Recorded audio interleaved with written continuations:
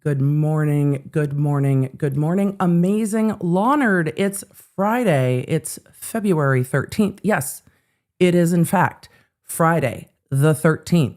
We're coming up on Valentine's Day. It's February. We've got lots going on, and today we are back in court in Virginia. Emily, we're back in Fairfax so soon? Yes. Because today, the co-defendant of Brendan Banfield, the au pair, Juliana Magalhães, is set to be sentenced. What does that mean? Well, remember, she was charged with the murder of Joseph Ryan. She was not charged with the murder of Christine Banfield, just with the murder of Joseph Ryan.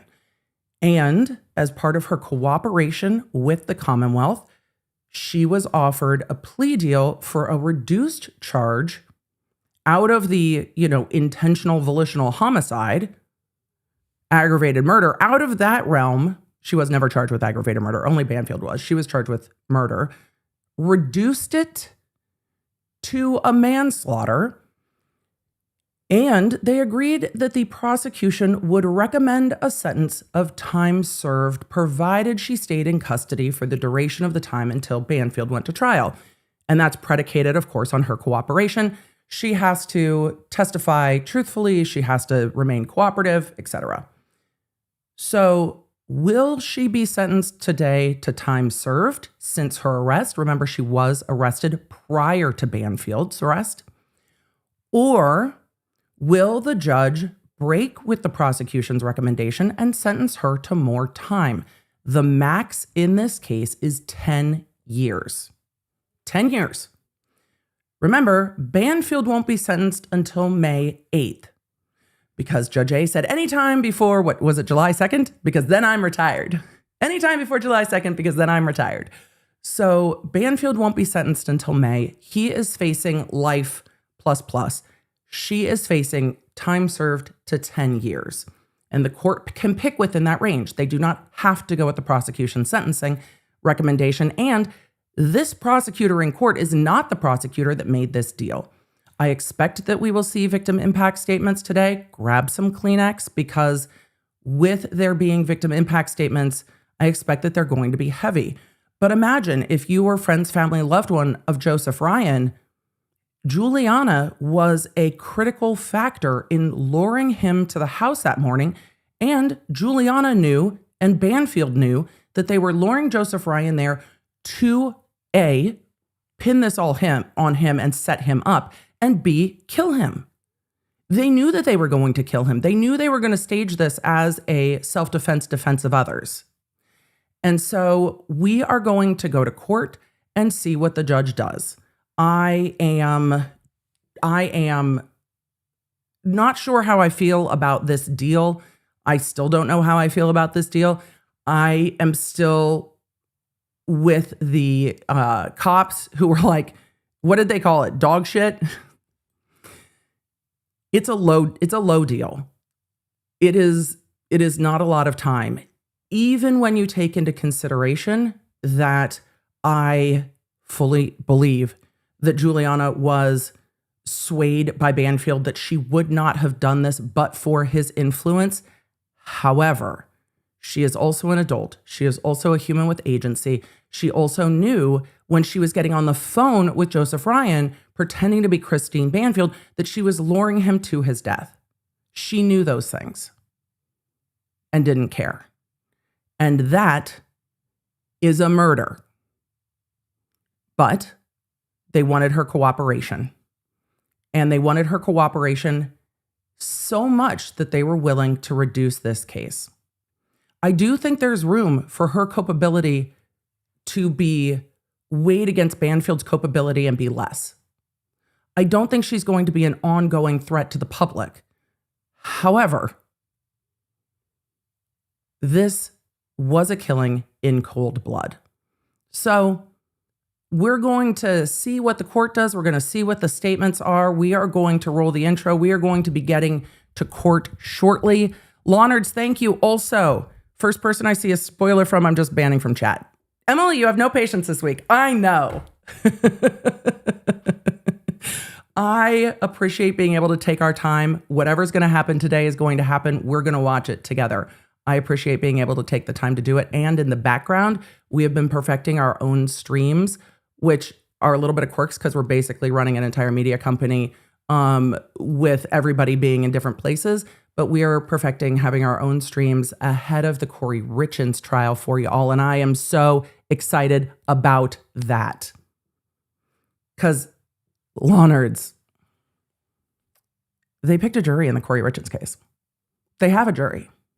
They have a jury. They are starting this case on the 23rd.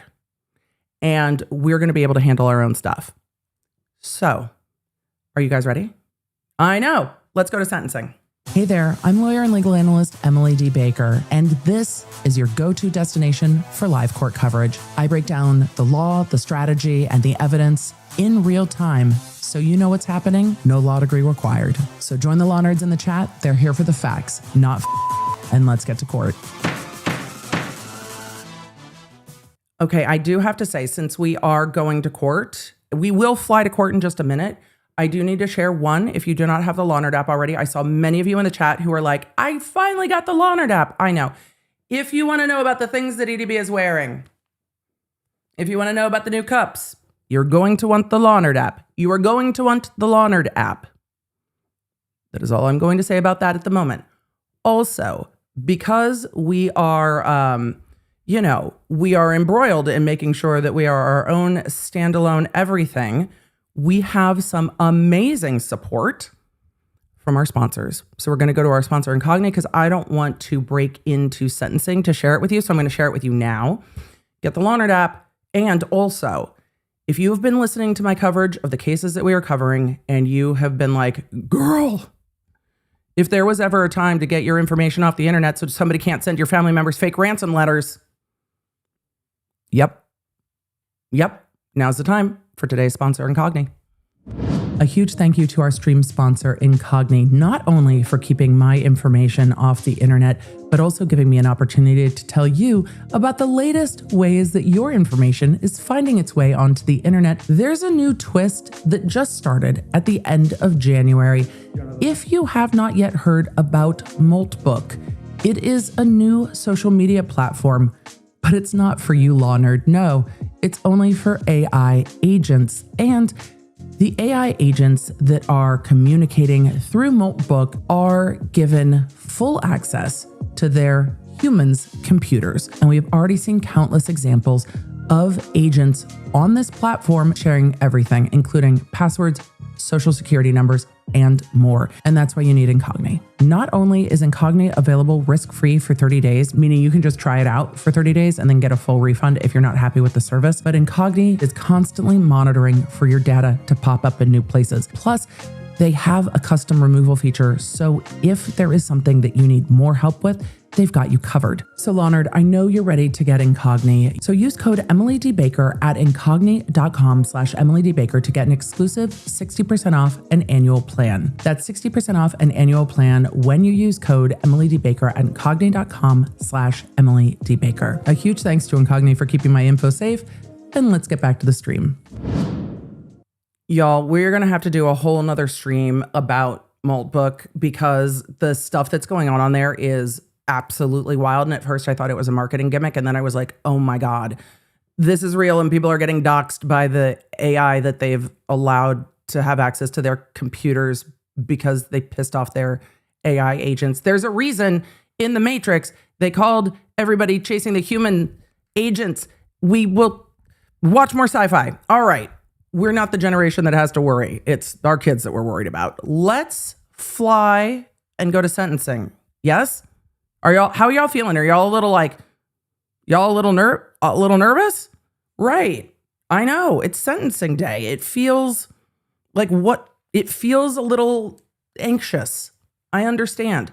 Also, law nerds, I'm so glad you are loving some of the new emojis. Members, did you see that I put a mixtape emoji in there? So when we start singing, we've got a mixtape emoji for us. I know. I'm a fan too. Let's go.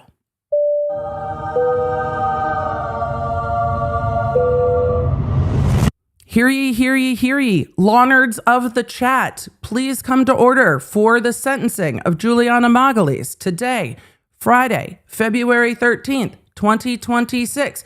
Draw near, and ye shall be heard, though the court might not necessarily do what we want. We don't know where Deputy Queen is today. Deputy Queen, are you off on Friday? Where are you, boo-boo? Also, I really do like Judge A, and so as we are counting down our time with Judge A, today is a good time to do it. All right, Commonwealth versus Magalhães. Morning, Ryan Campbell, President. Good morning, Mr. Campbell. Thank you.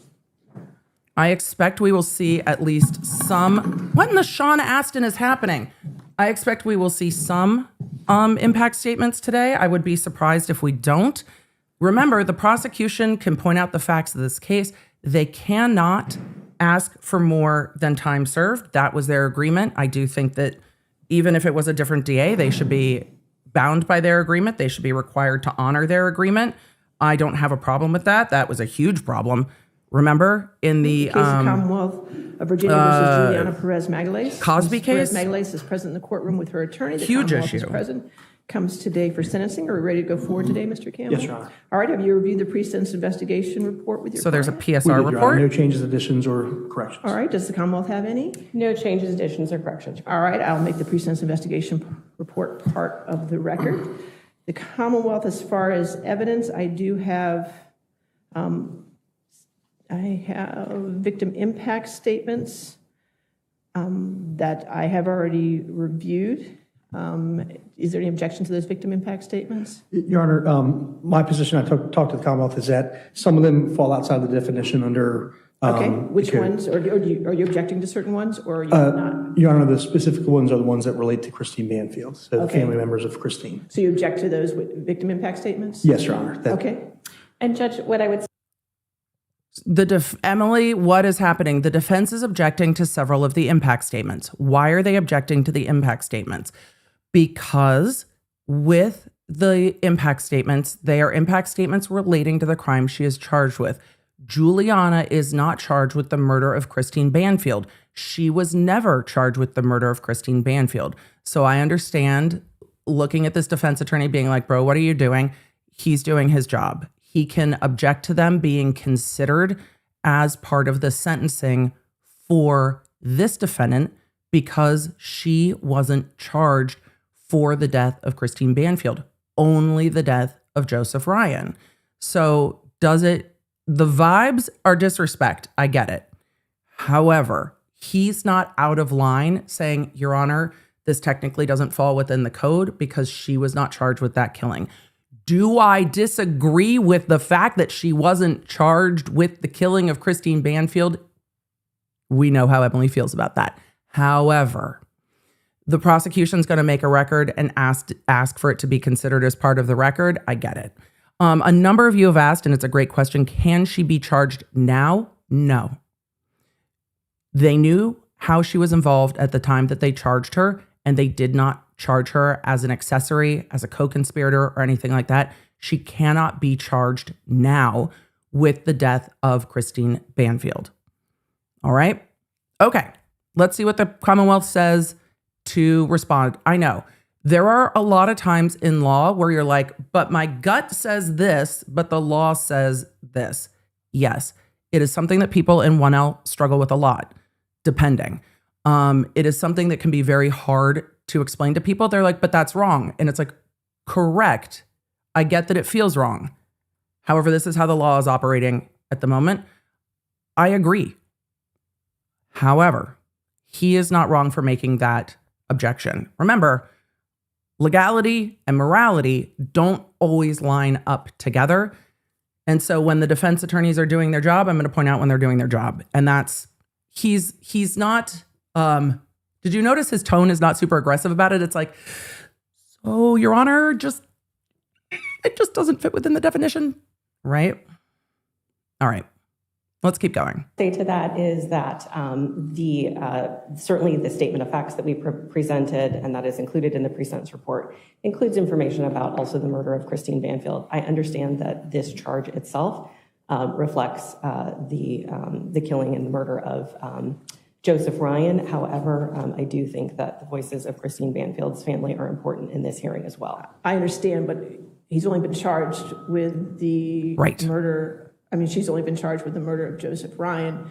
So the only victim impact statements the court can consider are the ones Joseph based on Ryan. which the Commonwealth has charged her with.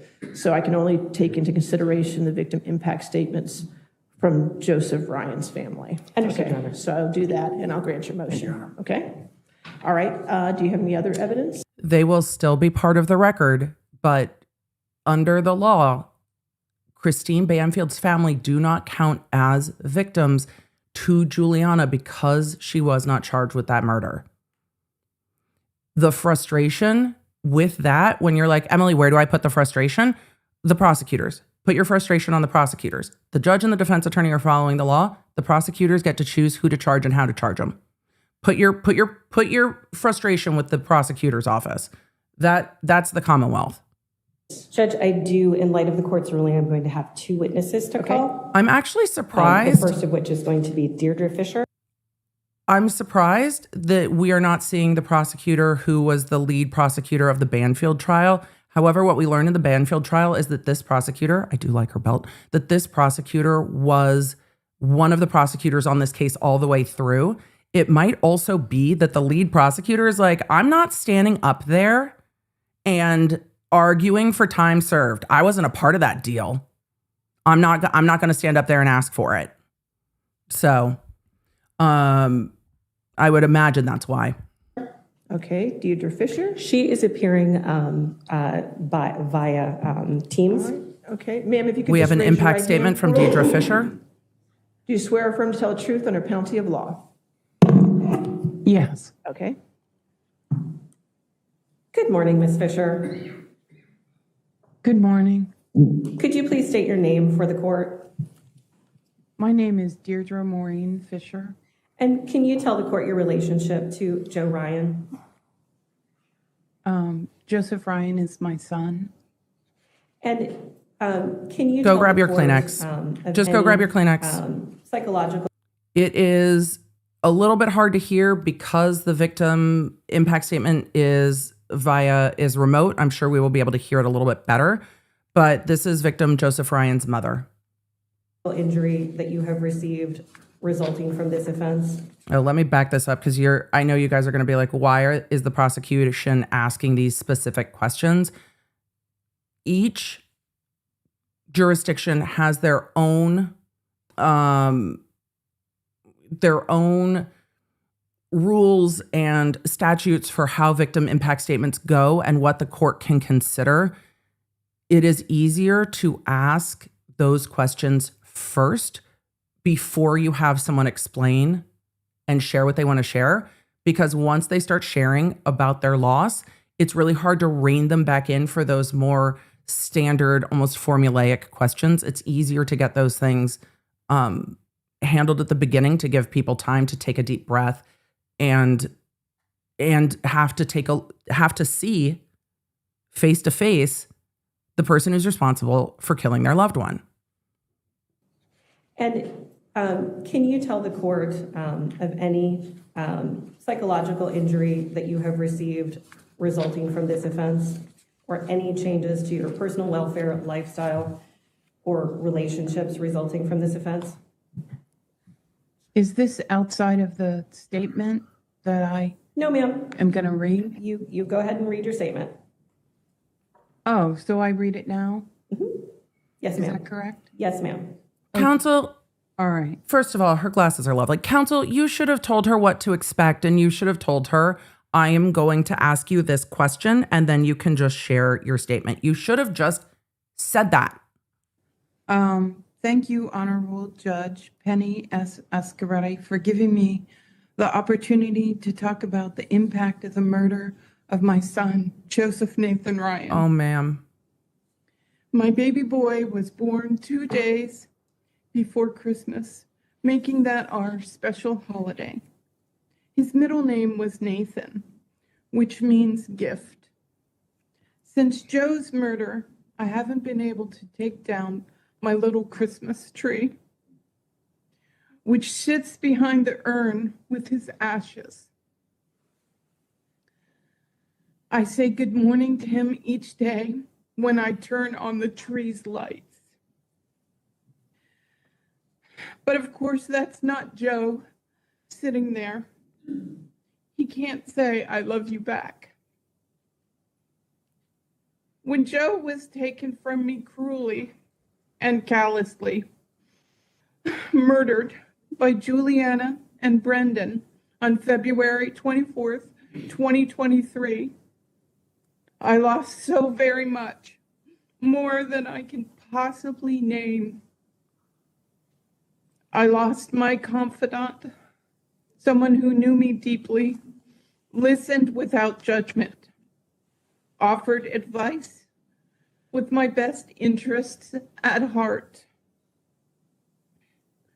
I lost my biggest ally and my cheerleader, that empathetic voice saying, Mom, you got this. Mom, you should be kinder to yourself. I lost my rock and protector, the person who flew down repeatedly to take care of me when I had cancer.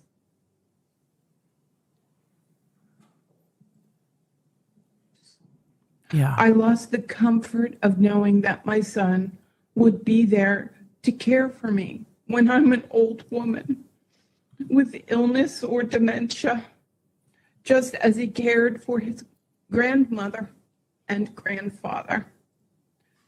I lost my financial sustainability due to grief's torturous effect on my health, both physically and mentally, which has affected my ability to work and function. I lost my peace and sense of well-being.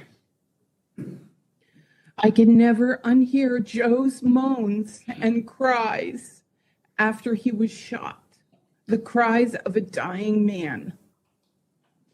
I can never unsee the image Trial of must his have been lifeless, bloody hand very hard for her. from the trial images.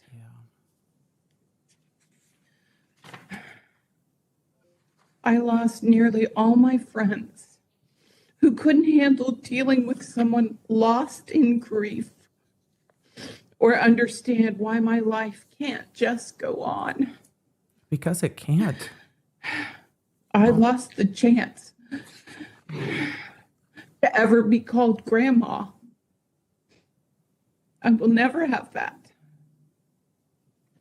I lost the sound of Joe calling me the most beautiful word in the world, Mom.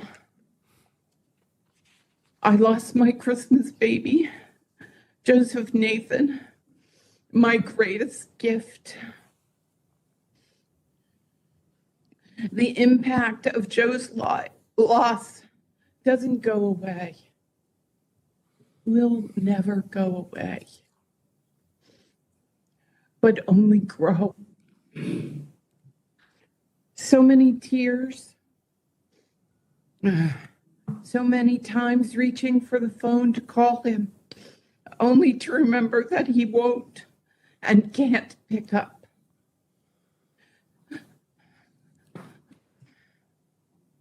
So many times hearing the phone ring and wishing it was him, calling me out of the blue about something happening in the world or in his life. So many empty Christmases and so many birthdays without him singing to me in his awful yet beautiful voice, tone deaf. So many moments of trying to remember the exact sound of his laughter and fearing that someday I won't. So many sleepless nights. So many nightmares of his brutal murder and fear, confusion, and of the pain he must have felt. So many screams and guttural cries into my pillow feeling the loss of my son. You're doing a good job, Mama. So many moments of reading horrible things online, lies told about who Joe wasn't. Which is awful. So many moments defending and explaining who my son was and why he couldn't have committed the murder of Christine Banfield. God rest her soul. And all of it's horrible.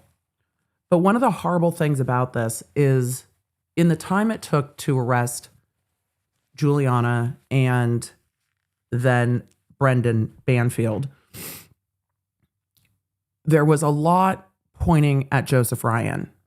And those that were horrible to her, those that were horrible online, are never going to come back around and apologize and say that they were wrong. So not only did she have to deal with the horrible, tragic loss of her child, but then people trying to destroy his memory and go after her. And she's doing an amazing job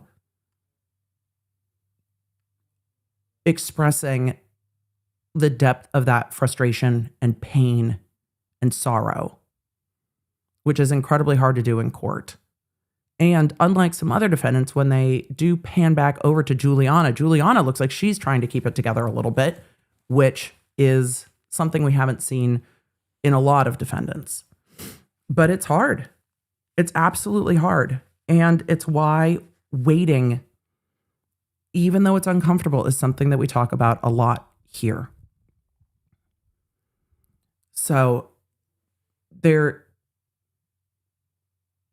pain that she is talking about is something no one should have to sit in court and express, but that people do all the time.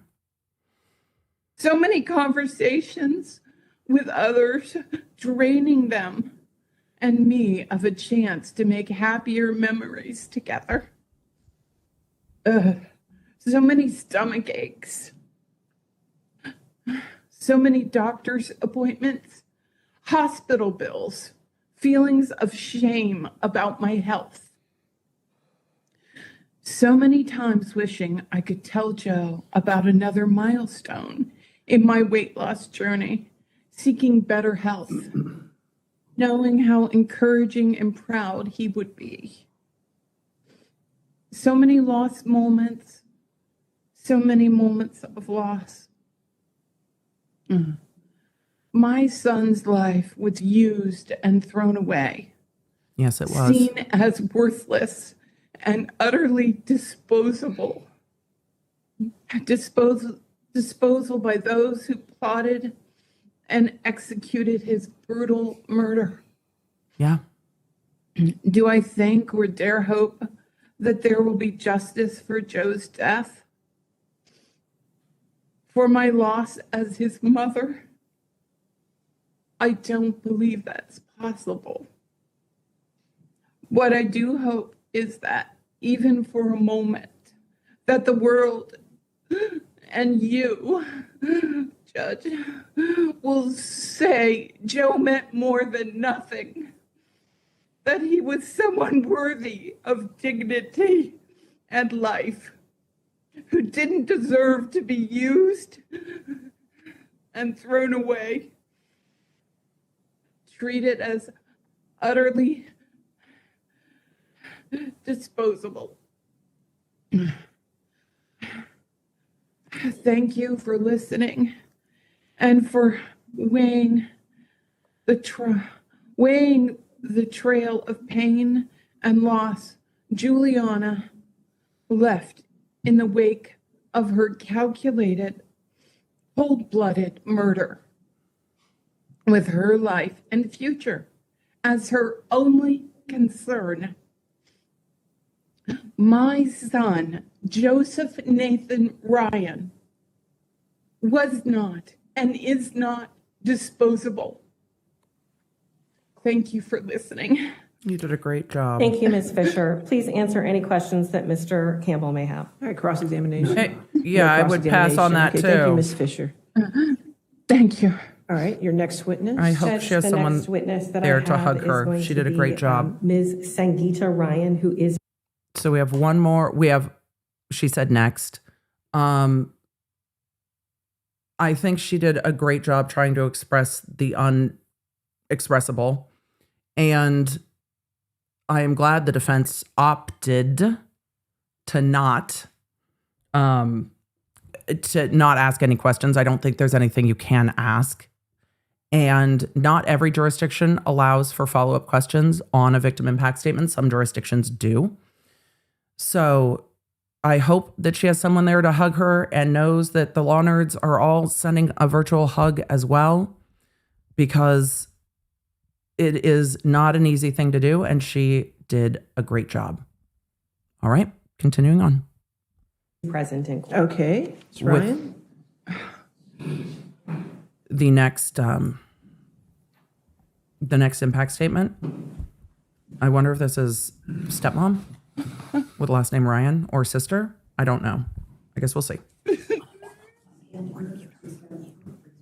Oh, Swear or affirm to testify truthfully in this case under penalty of law.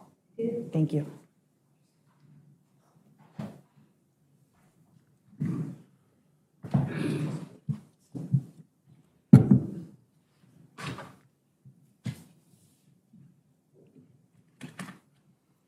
Good morning. Good morning. Can you please state your name for the court? Sangita Ryan. And can you describe your relationship to Joe Ryan? Is this where I read my statement? no, your Who I met, relationship. Joey Nathan Ryan, was my nephew. An honorable judge.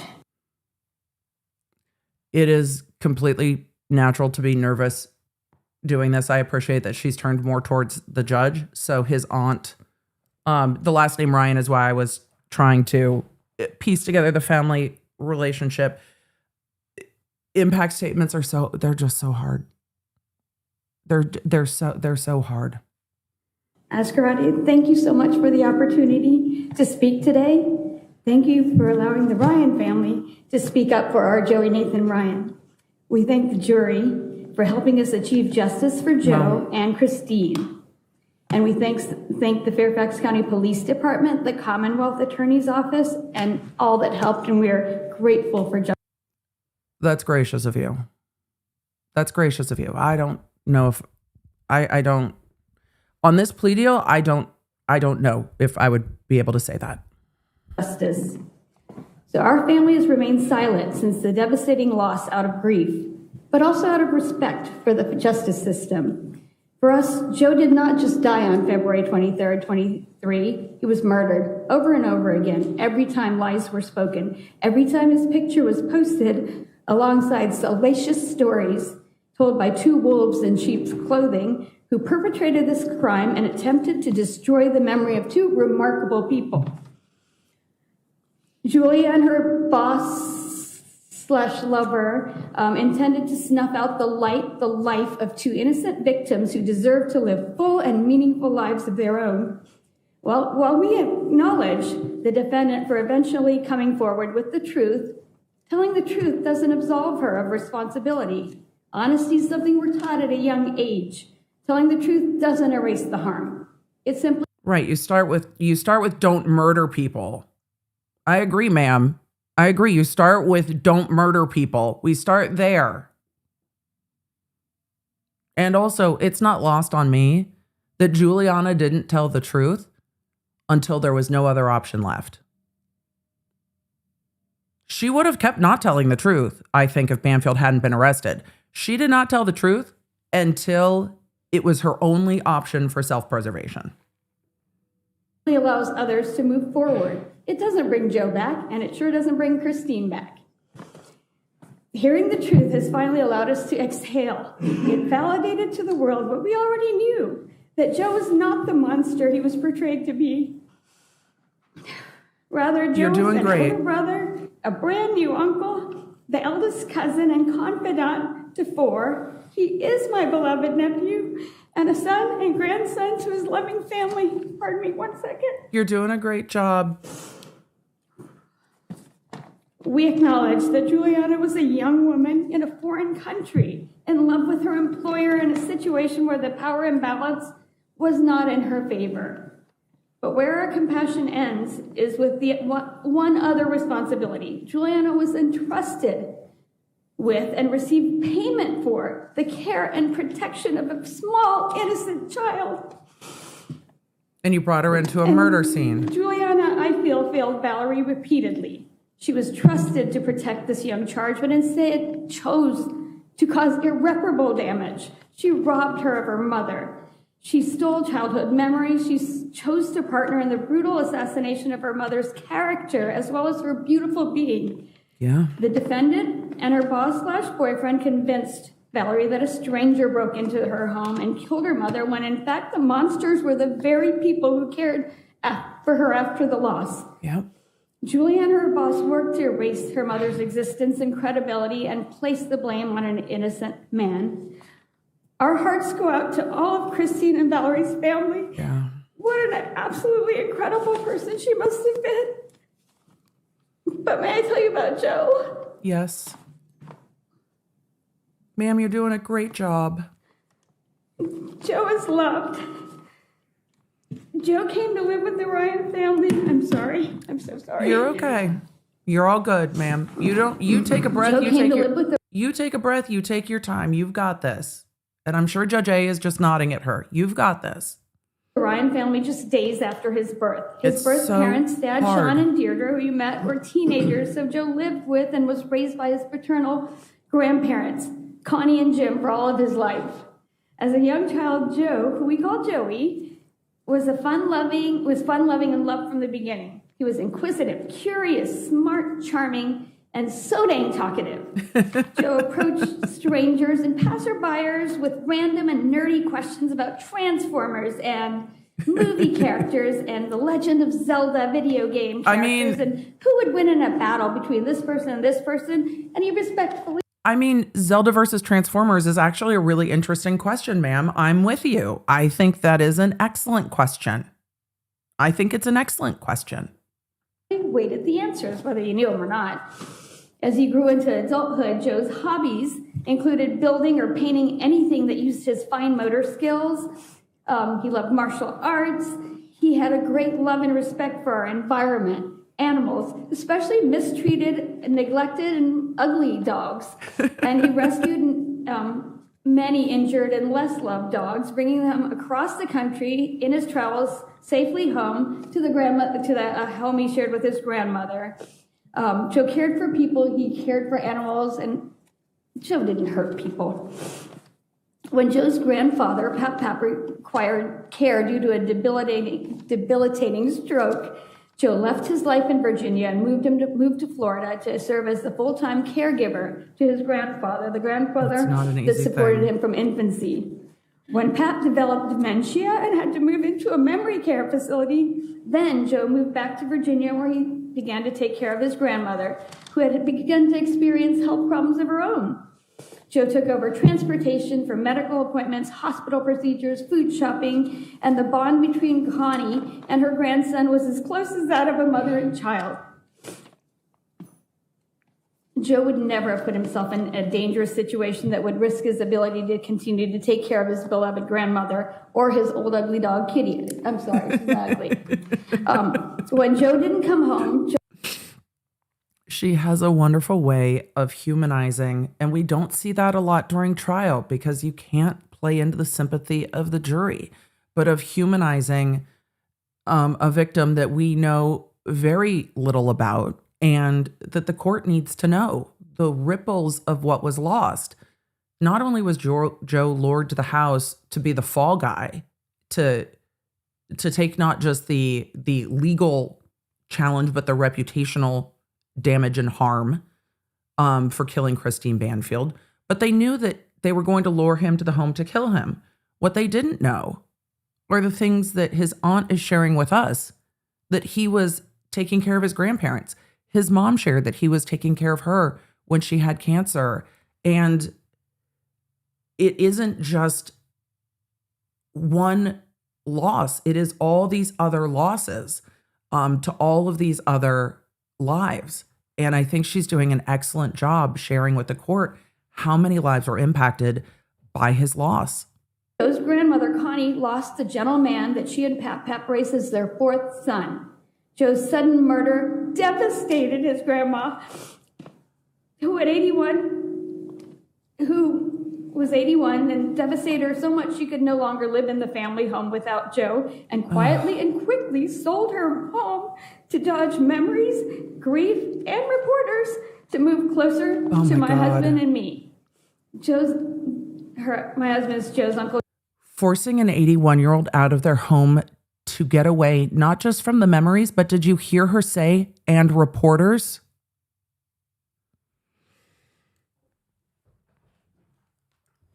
I have so much rage. Jimmy, and I'm his Aunt Gita. In Joe's absence, my husband and I made the decision to leave our careers and to take over his grandma's support and care team. We continue to do that today, and we think about and talk about Joe every single day.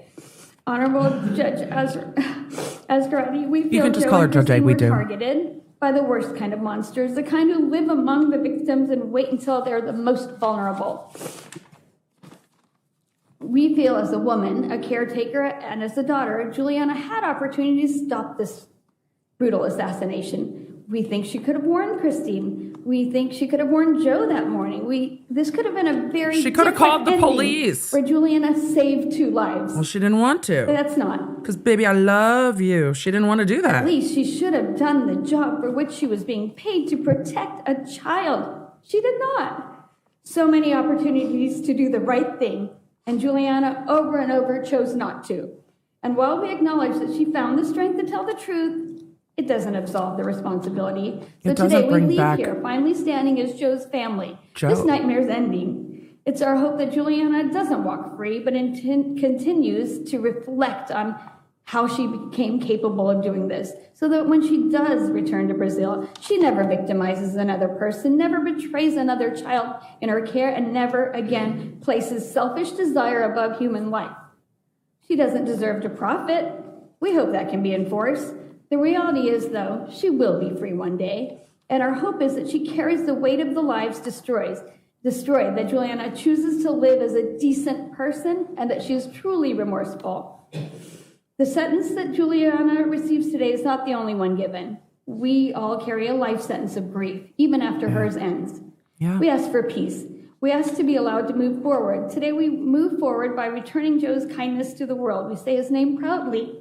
We invite the world to finally know the man we protected in silence for so long. He is loved.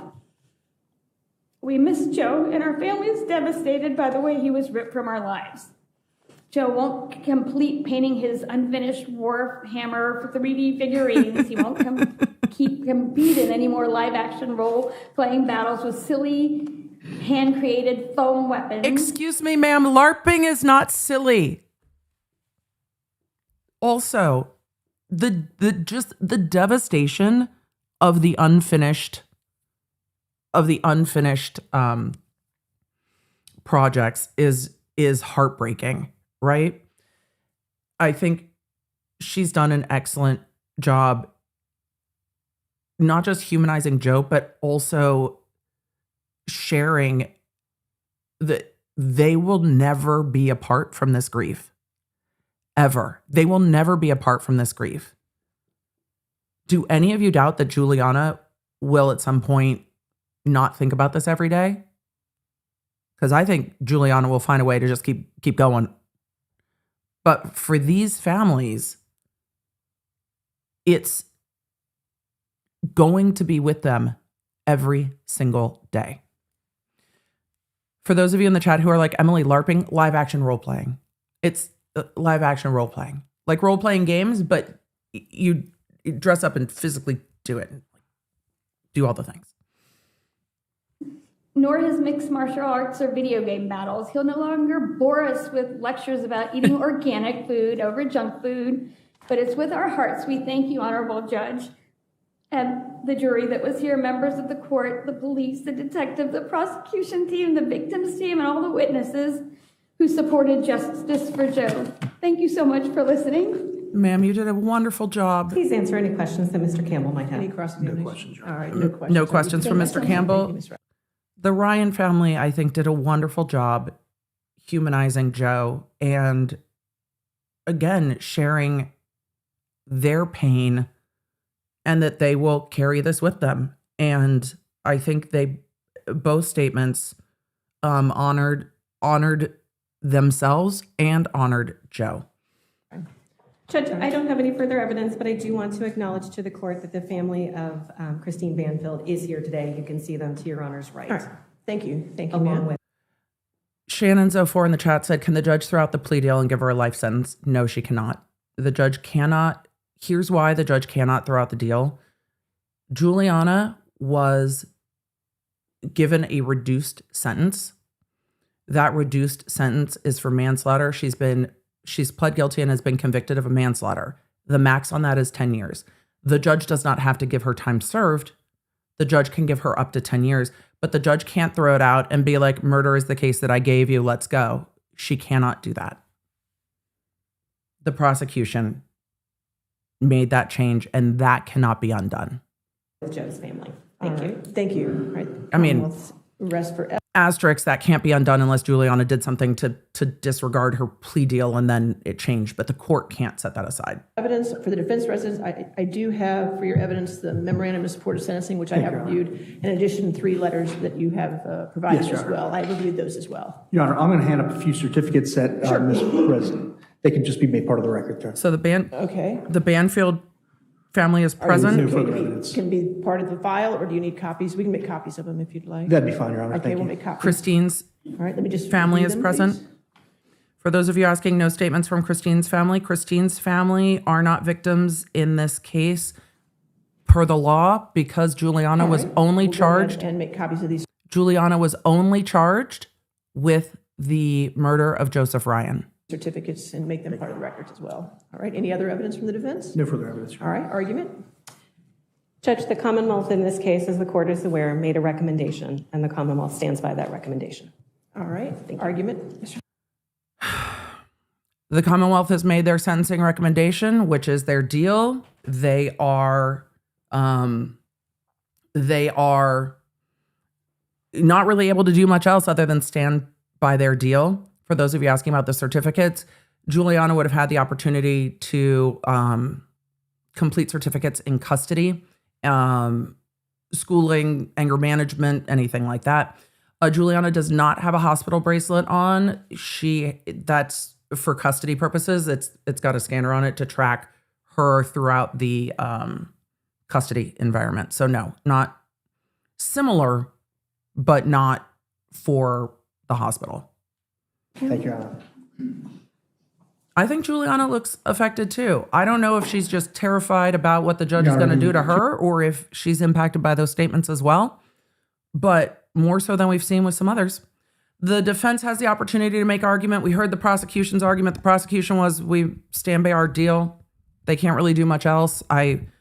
You break it, you bought it, and subsequent prosecutors have to abide by the deals that their predecessors made. It is not fair to have one DA give a defendant a deal. The defendant tells them everything they want to know, and a new DA comes in and is like, yoink, just kidding, we're going to takesy backsies. You can't do that. They have to stand by their word. The judge has options, though. The witnesses that you heard from today made it clear that hearing the truth was valuable to them, to the Ryan family, and it was the truth that Juliana spoke at trial. And ultimately, it was Judge her A's face testimony looks that stern. likely resulted in the conviction of Brendan Banfield. Until her cooperation, the Commonwealth had only a theory. They had circumstantial evidence, but no direct evidence. When Juliana finally came forward, she offered that direct evidence of what crimes she'd been involved in and what crimes were committed by Brendan Banfield. Your Honor, our position is that justice requires that the court follow the joint recommendation of the parties. Justice requires it because it was an arm's length agreement made by an experienced prosecution team with the approval of the head of the office. With the knowledge of all the facts and circumstances of the case, not just the facts of the case, but issues that would be presented at trial, the presentation of evidence and witnesses, sentencing guidelines, and many other factors that the parties consider beyond what the court might realize. Justice requires it because Joseph Ryan and Christine Banfield and their families deserve justice. By accepting responsibility in this case and cooperating, we avoided 2 trials. We assured the finality of the decision in this case, and we gave the jury and the Commonwealth and the court confidence that Brendan Banfield would be convicted, as he ultimately was. Justice requires following the agreement because every individual that makes... Following the recommendation. recommendation. Yes, Your Honor. Oh, hey, Judge A. Oh, hey, Judge A. Following the recommendation. A ding, ding, ding. And I addressed that in my memo, of course. Yes. Every individual that makes a difficult decision to cooperate does so with the belief that the recommendation would be followed or at least considered by the court. The Commonwealth, the courts, and prosecutors in courts everywhere in the country rely on cooperating witnesses to do what He's leaning very heavily into Juliana cooperated. I'm wondering if he's also going to get to Banfield's more culpable. Banfield, like bravo, fucking bravo. But I do appreciate that the court came back round to recommendation. That's a recommendation. Brown has done in this case, which is to speak to the truth and offer direct evidence of crimes, including those cooperating witnesses that they themselves have committed serious offenses. When a prosecutor makes a promise, the court ought to give it serious weight. Your Honor, I'll say I'm disappointed but not surprised that the Commonwealth didn't advocate today for the recommendation. I have deep respect for Ms. Bristler and Ms. Sands and the prosecution team. I suspect that this is frankly because of public sentiment regarding the agreement that they made. Oh, look at everybody come on back. Come on back. If you're listening in the background, come on back. Come on back. Again, the prosecution said we offered a deal and that's our recommendation. They didn't argue for anything else. They didn't vigorously say, Your Honor, she deserves time served, let her out today. But the prosecution said, we stand by the agreement that was made. That's what they said. But come back and watch Judge A's face. Come watch Judge A's face. Oh, lawyer Sean Astin. Judge A's face is facing at you, sir.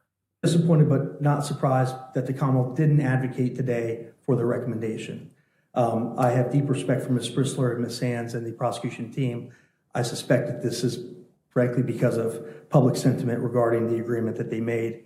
Recommendation. I'm going to continue to make I that mistake. understand. They said they stood by their recommendation. And again, an agreement might be binding on the court. A recommendation is not binding. I really hope after this trial, when Judge A sees all these facts, she's like, time served is not what's happening here. A manslaughter is a gift. Take the gift and go sit in prison for a little bit. I do not think it's public sentiment. The prosecutor who made this deal is not the prosecutor standing in court. We can talk about that a different day. And the district attorney, the elected DA who signed off on it, is not standing in court. So I'm not surprised that the prosecutor said, we stand by the recommendation of the deal that our office made. But what do you want them to say? Oh, Your Honor, she deserves time served. They didn't make that deal. Real hard to stand by what somebody else did. All of you had to do it at work. It sucks. Your Honor, I just want to touch on a few things that I've just reviewed. Yes. Your Honor, the importance of the cooperation. Ms. Sands did communicate to me that she interviewed the foreman of the jury, who said three things. What? Three things that Ms. Sands relayed to me, that they believed Juliana. Well, Ms. Sands isn't here to tell us about it. I love the hearsay, though. Just okay, tell us. We want the tea. Miss Sands interviewed the foreperson. That's not uncommon. I want to hear what you said, she said, they said. Sure. Ms. Sands did communicate to me that she interviewed the foreman of the jury, who said three things to them, three things that Ms. Sands relayed to me, that they believed Juliana Magalhães, that her testimony was integral. That was the word that Ms. Sands used. In other words, central to their decision to convict Brendan Banfield. And third, that they didn't believe Brendan Banfield. Well, no shit. That is important for the court to consider because, again, up until her testimony. Thank you, Captain Obvious. I guess that the jury believed Juliana is helpful, but the jury didn't believe Banfield. Shock me, shock me, shock me. Which was presented first. I'm stunned. In a series of witnesses. Sir, they don't even believe that he's tall or that his friends brought him a cookie. Your Honor, that is important for the court to consider because, again, up until her testimony, which was presented first in the Commonwealth series of witnesses, the Commonwealth had only a theory. The Commonwealth had circumstantial evidence, forensic evidence, electronic forensic evidence, digital forensic. They were pretty right with their theory before they talked to Juliana, though, weren't they? Evidence and others. But it was Juliana who ultimately told the story firsthand of what occurred. Because that decision was integral in the jury's decision, I think it could be said, and of course the court presided over the entire trial. You can determine her credibility yourself, but the jury certainly found it integral to their decision. And for that reason, she deserves the benefit of her bargain. The Commonwealth's recommendation, the joint recommendation, should be given heavy consideration by the court in this case. Your Honor, on the other hand, Your Honor, touch on the delay in cooperating. Your Honor, let me touch on the delay in cooperating. She didn't cooperate the day she got arrested. She didn't get arrested and say, oh yeah, it wasn't me. It was that guy. She got arrested and was on her jail call saying, baby, I love you. I'd ride or die for you. And then the second he got arrested, she was like, shit. This motherfucker is going to choose him over me.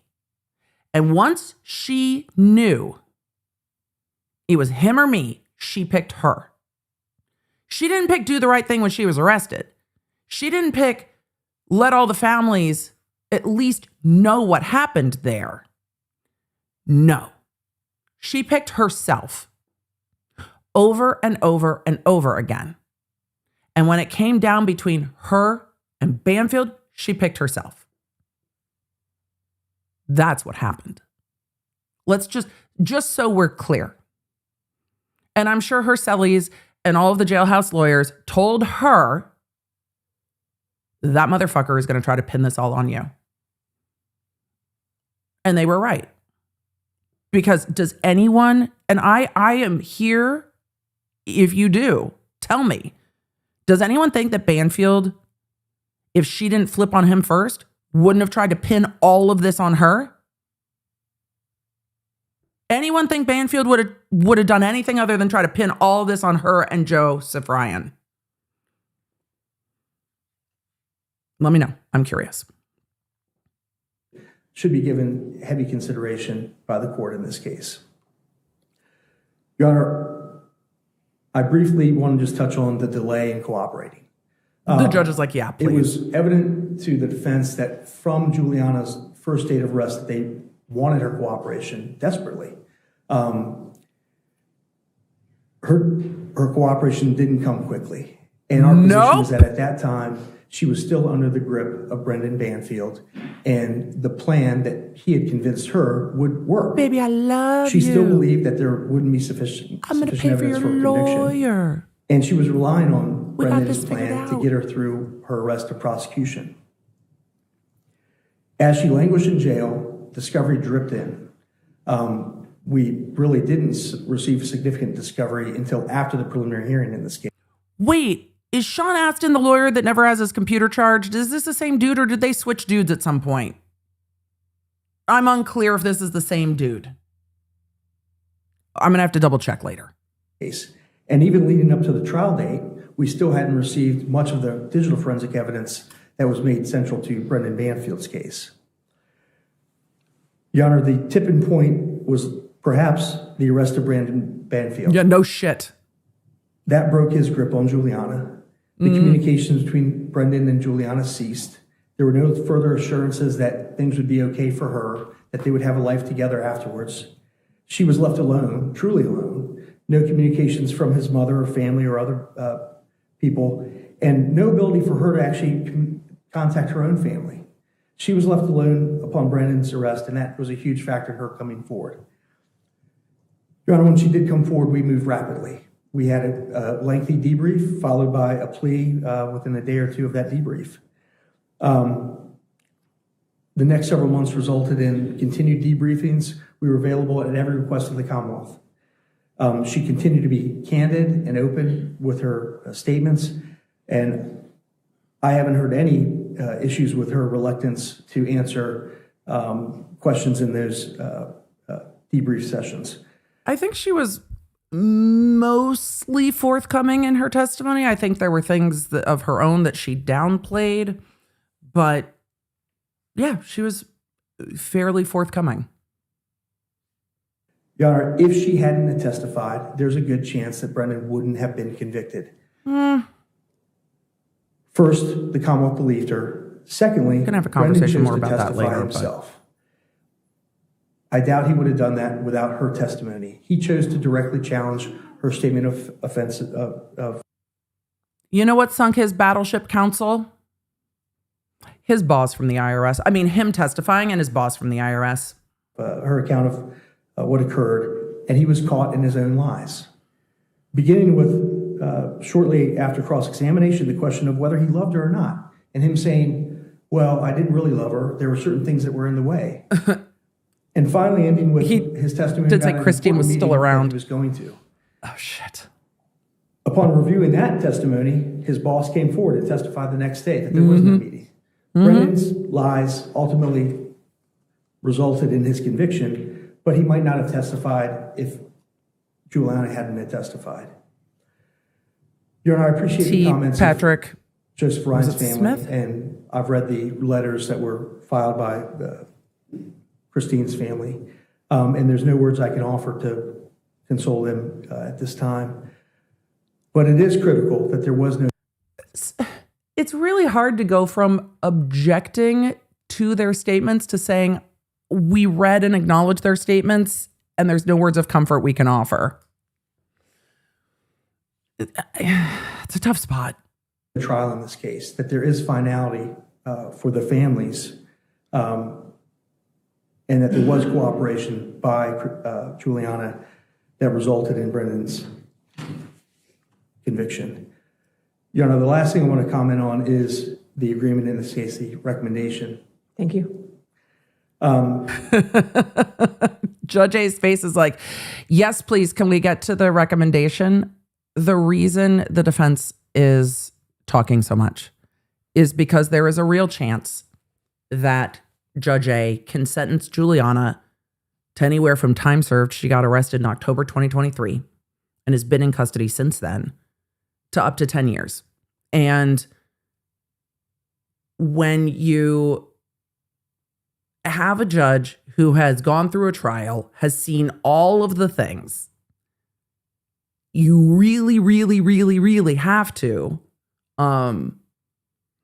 argue why she deserves that time served. And that's what he's doing. He's arguing. This is not a case where it's a foregone conclusion what she's going to get. And this is probably the end of his statement. Like, let's talk about the recommendation. He did change his language from agreement to recommendation. So I had hoped the language of the is the agreement in this case, the recommendation. Thank you. I had hoped the language of the plea agreement says that the Commonwealth recommends. It doesn't say they have to get up and advocate or pound their fist and they didn't argue to what extent the cooperation was important. But the court can weigh that yourself. It was critical. her cooperation and testimony was critical to the outcome of Brendan Banfield's case. This was an agreement for a recommendation that was made with full knowledge of what the facts were of the case and what public sentiment might be. It's not about public Regarding sentiment. She got a The manslaughter. agreement for Juliana in this case. The agreement was made anyway. Recommendation. Recommendation. Thank you. The recommendation was made with the input of all the victims. Thank you, of the Judge police A. department and all the important people as required by law. And there was no pushback at that time, Your Honor. I have to wonder, because under the law, the Banfields wouldn't have necessarily been a part of that, because the only family would have been Joseph Ryan's family. And I have questions. I have a position in my sentencing memo whether this is an agreement or a recommendation under A1A or It's C. a recommendation. I'll maintain that argument, Your Honor. I ask that the court follow the joint recommendation of the parties and impose an active sentence of no more than time served in this case. All right, thank you, Mr. Campbell. All right, Ms. Perez-Magalhães, if you could stand up, please. If you could stand up, Ms. Perez-Magalhães. I wonder if she's going to make a statement. She has the right to make a Is there statement. anything you wish to say at this time before sentence is imposed? Yeah, I would like to. Did you just say yeah? Megalina, will you let the app crew know that Juliana has something that she would like to say to the court? Because I'm sure there were some people who were like, I can't cry at work today, and would be very interested to come on back and see what Juliana has to say. Emily, you can just pull your mic to your face instead of putting your face down. Yes, it's Friday. So Juliana has something that she would like to say.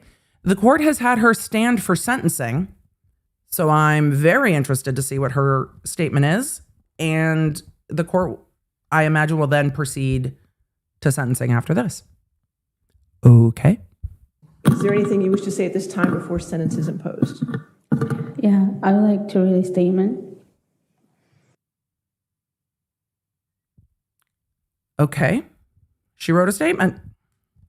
I have caused you all pain that cannot be measured and forever changed so many lives. I pray for forgiveness from the Benson family and from Joseph Ryan's family and from Mallory.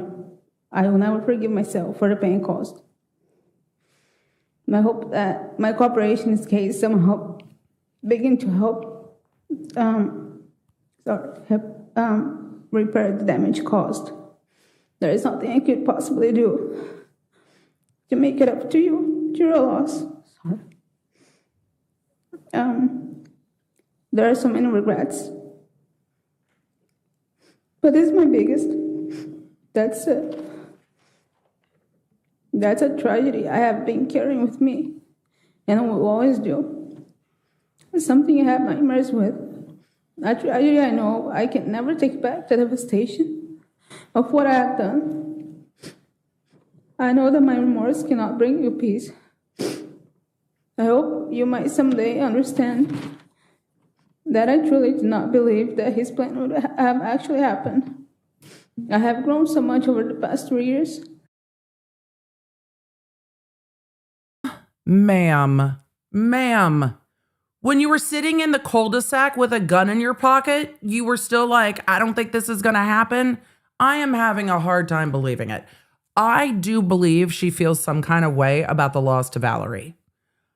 But I really didn't believe his plan was going to happen. Okay, then when you call 911, don't hang up.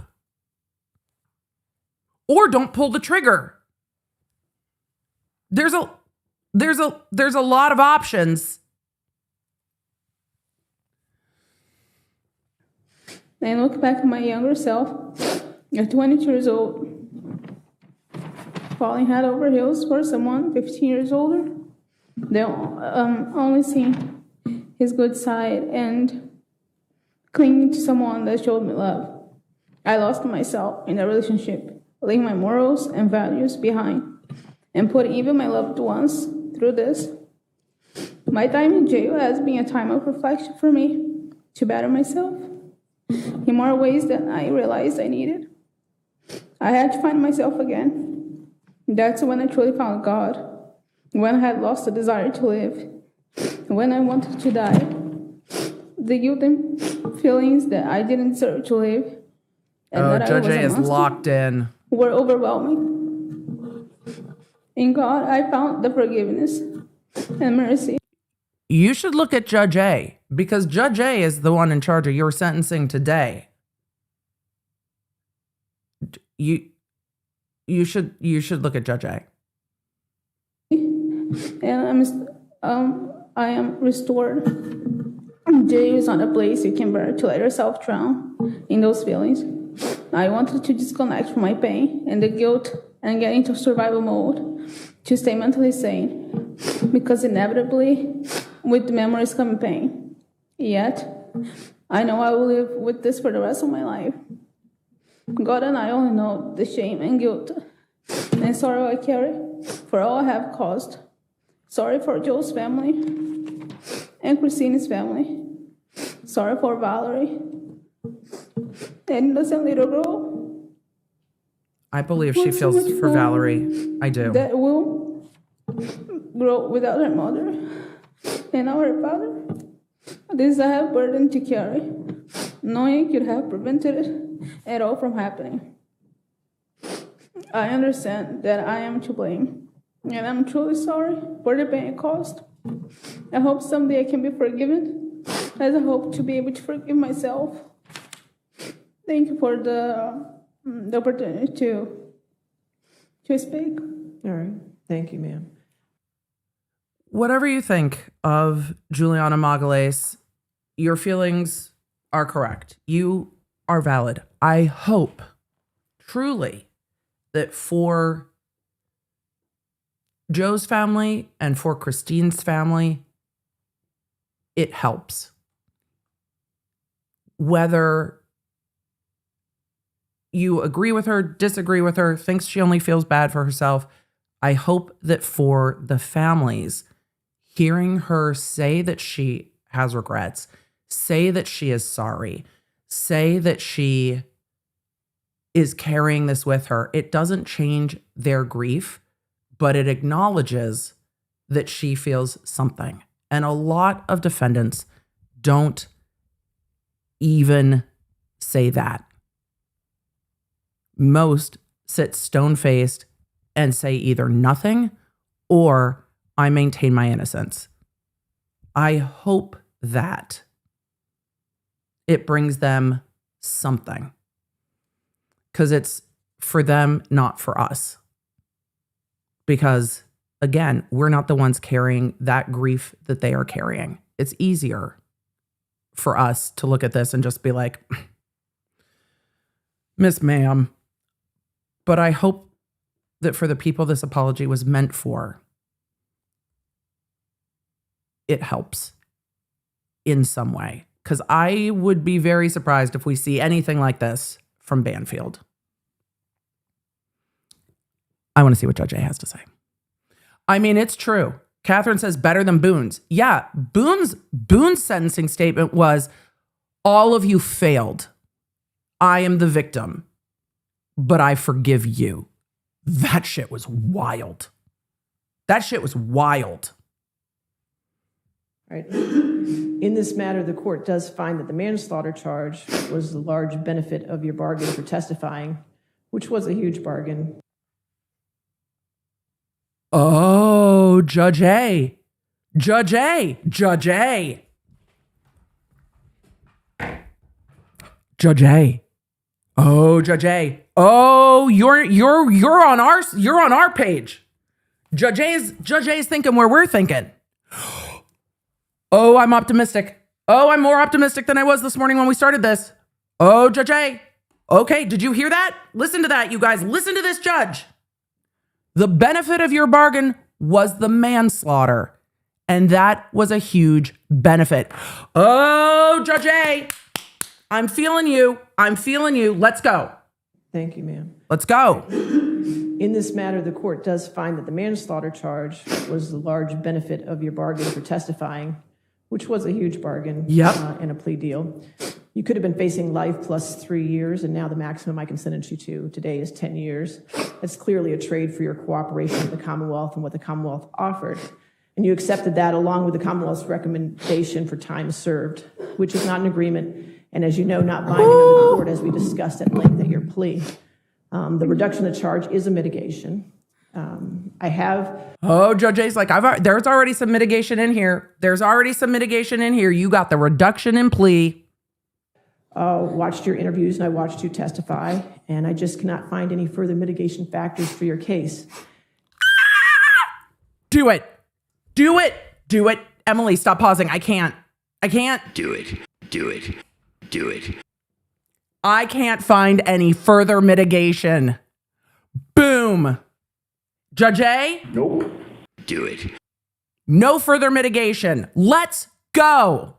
You may not have come up with a plan, agreed, and an older man may have groomed you to a point, but I want to list for the record the facts that I cannot equate with accepting a time-served recommendation. Oh, there it is.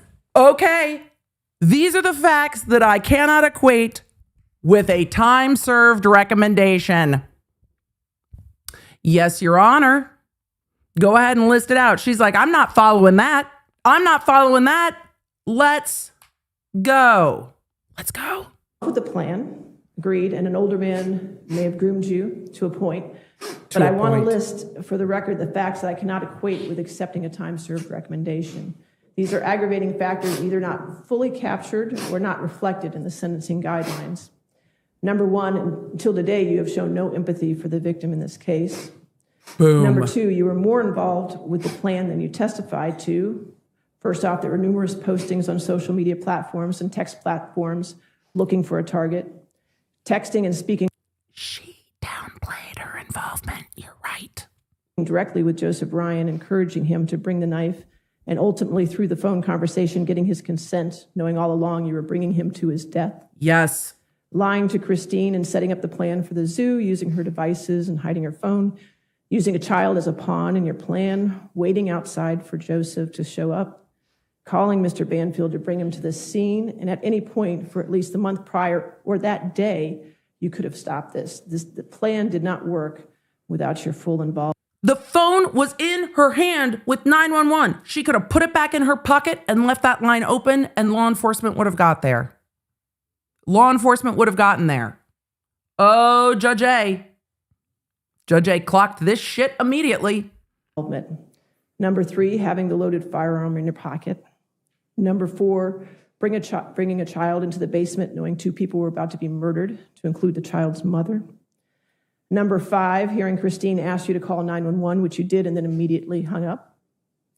Number six, seeing Joseph Bryan, who was shot in the head at that time, still moving and walking up to him as he lay moaning on the floor and shooting him point blank in the heart. Yep. Number seven, watching as Mr. Banfield stabbed Christine over and over again. Number eight, waiting 15 minutes before recalling 911. Number nine, telling a fabricated story for over a year and a half, a story that depicted Joseph Ryan wrongly as a rapist and a murderer, an innocent man. And number 10, telling the child it was okay to call you mommy. Oh, Judge A. Don't worry. We'll watch this a second time through without me pausing. But for those of you, if any of you are still listening in the background, if you are or on replay crew, come on back, because they pan over to Juliana, who's just nodding because she knows exactly what's going to happen. Because don't we know what's going to happen at this point? Innocent man. And number 10, telling the child it was okay to call you mommy hours after the murder. Your actions were deliberate, self-serving, and demonstrated a profound disregard for human life.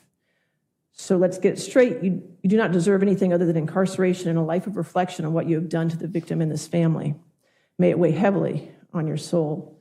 So today I'm sentencing you on a manslaughter charge because that's what's before me. And the facts of this case demonstrate an intentional and calculated level of violence that is the most serious manslaughter scenario that this court has ever seen. Yeah, because it's not a Therefore, manslaughter. I do sentence you to 10 years in the penitentiary, as required by Virginia Code 19.2, 295.2. After you've completed your 10-year sentence, I will order an additional 2 years suspended, and you will be placed on probation pursuant to Virginia Code 19.2, 303.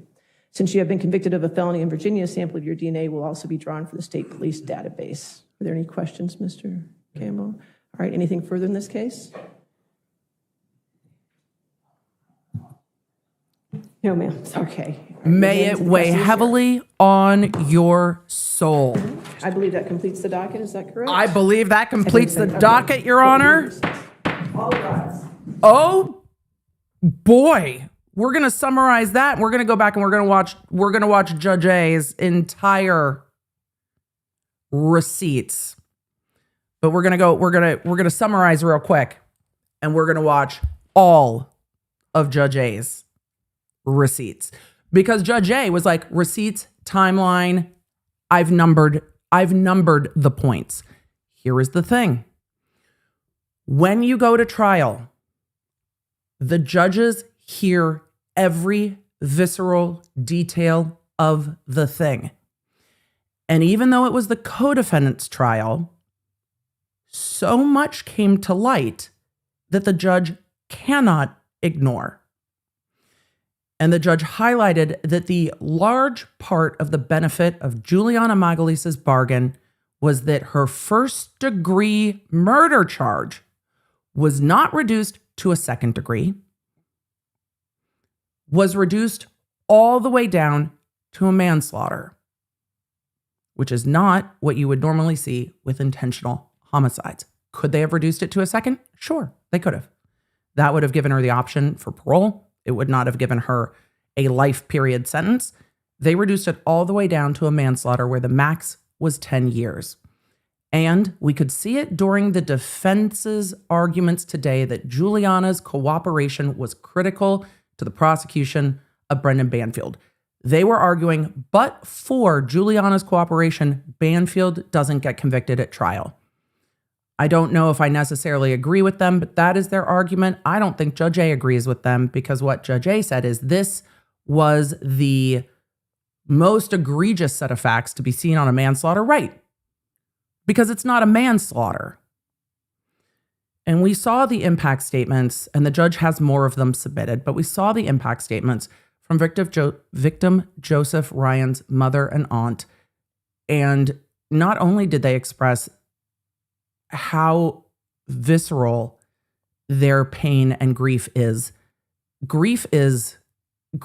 just, it is an unrelenting motherfucker, honestly. And the pain that these families have been through, not only knowing that Joseph Ryan did not do what he was accused of in the media and by many, and including Juliana Magalhães, until she came clean, that he was portrayed in disgusting and horrific ways, in addition to them trying to mourn their loss, knowing that what was being said about him wasn't true. So have they been vindicated at trial? Yes, but they are also now left with the echoes of the 911 call, the photos that were shown at trial, and knowing the cold, calculating details that Joseph Ryan was hunted in online forums to be a fall guy and a victim, that he was hunted to be led to his death by Juliana and Brendan Banfield. And his mom said multiple times, he's not disposable. And they treated him like he was. And I agree, they did. And Juliana made her statement, take away from it what you will. I think she was expressing genuine grief over her betrayal of Valerie. Because Valerie will know that the woman who said, sure, you can call me mommy, is the one who, well, among other things, planned the murder of her mother and to subject her mother to unthinkable terror leading up to her murder. And Judge A clocked all of it and said that the benefit of her deal was the reduction in charge to the manslaughter and that there are too many factors in aggravation to agree with the Commonwealth's recommended sentence of time served. So Juliana is sentenced to the maximum allowable by the agreement, the reduction in charge, for 10 years in prison. And so she will get transported off to prison. She will get time served for the time she has been in since October 2023, and she will have to reflect on what has happened. She is not going to just immediately get released to go home to her family.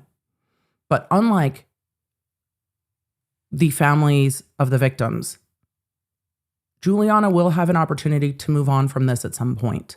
They will never move on from their grief. So, we are going to take a look at what the judge had to say in full, and we are going to answer some questions. All right? All right. Let's go look at what Judge A had to say.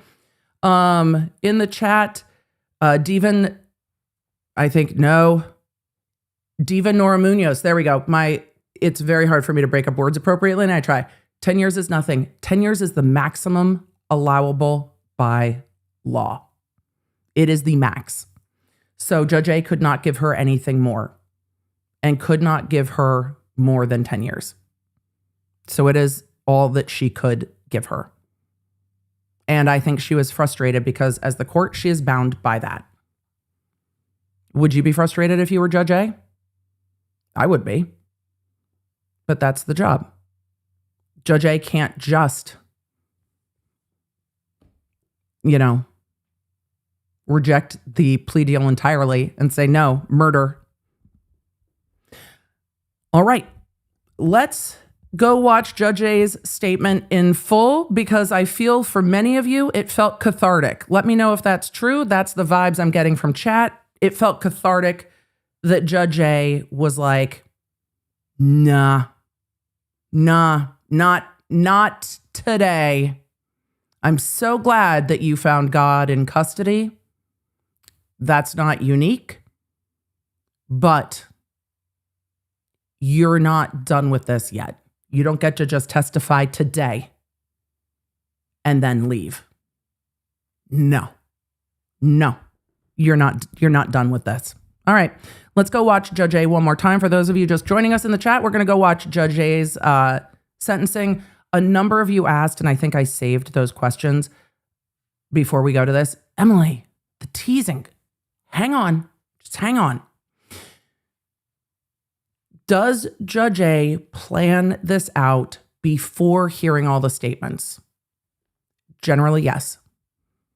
Can judges' minds be changed at sentencing? Yes, but they're going to have the law in front of them, and they might have option A, option B in front of them, but they are going to prepare for sentencing in advance. And you can see by what Judge A said that she had prepared for sentencing in advance. Can judges shift that? They absolutely can. But would she have an idea of what she was going to do and what she was legally able to do? Absolutely she would. Absolutely she would have. So yeah, it would have been prepped. And the one that I saved was from Whiskers in Wonderland. Has the judge already made up her mind, or do you think before all the statements? Judges prepare for sentencing. I worked for judges. A lot of my friends are now judges just based on how long I've been a lawyer. Yes, judges prepare in advance. This is going to shock all of you. I'm being sarcastic. Lawyers like to be prepared. Lawyers like to be prepared. It is our armor to be prepared. The more prepared, like Ryan Hall y'all says, prepared, not scared. The more prepared, the less scared. Lawyers become judges.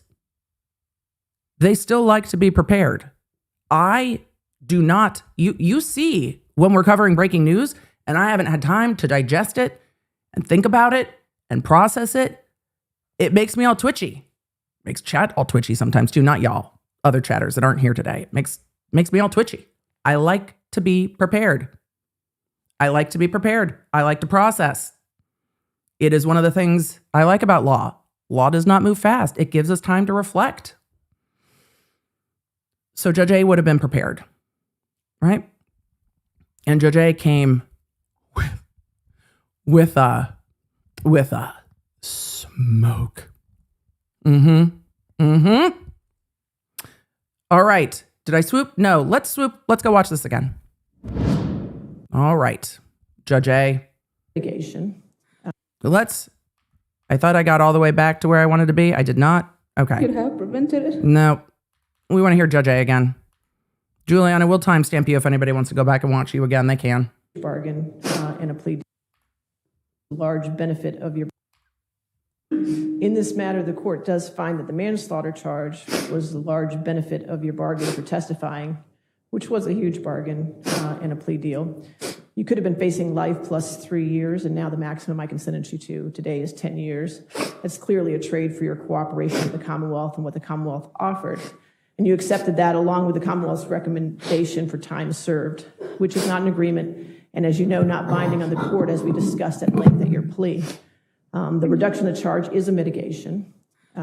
I have watched your interviews and I watched you testify, and I just cannot find any further mitigation factors for your case.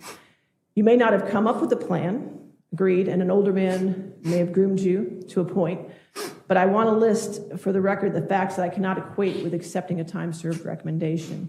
These are aggravating factors either not fully captured or not reflected in the sentencing guidelines. Number one, until today, you have shown no empathy for the victim in this case. Number two, you were more involved with the plan than you testified to.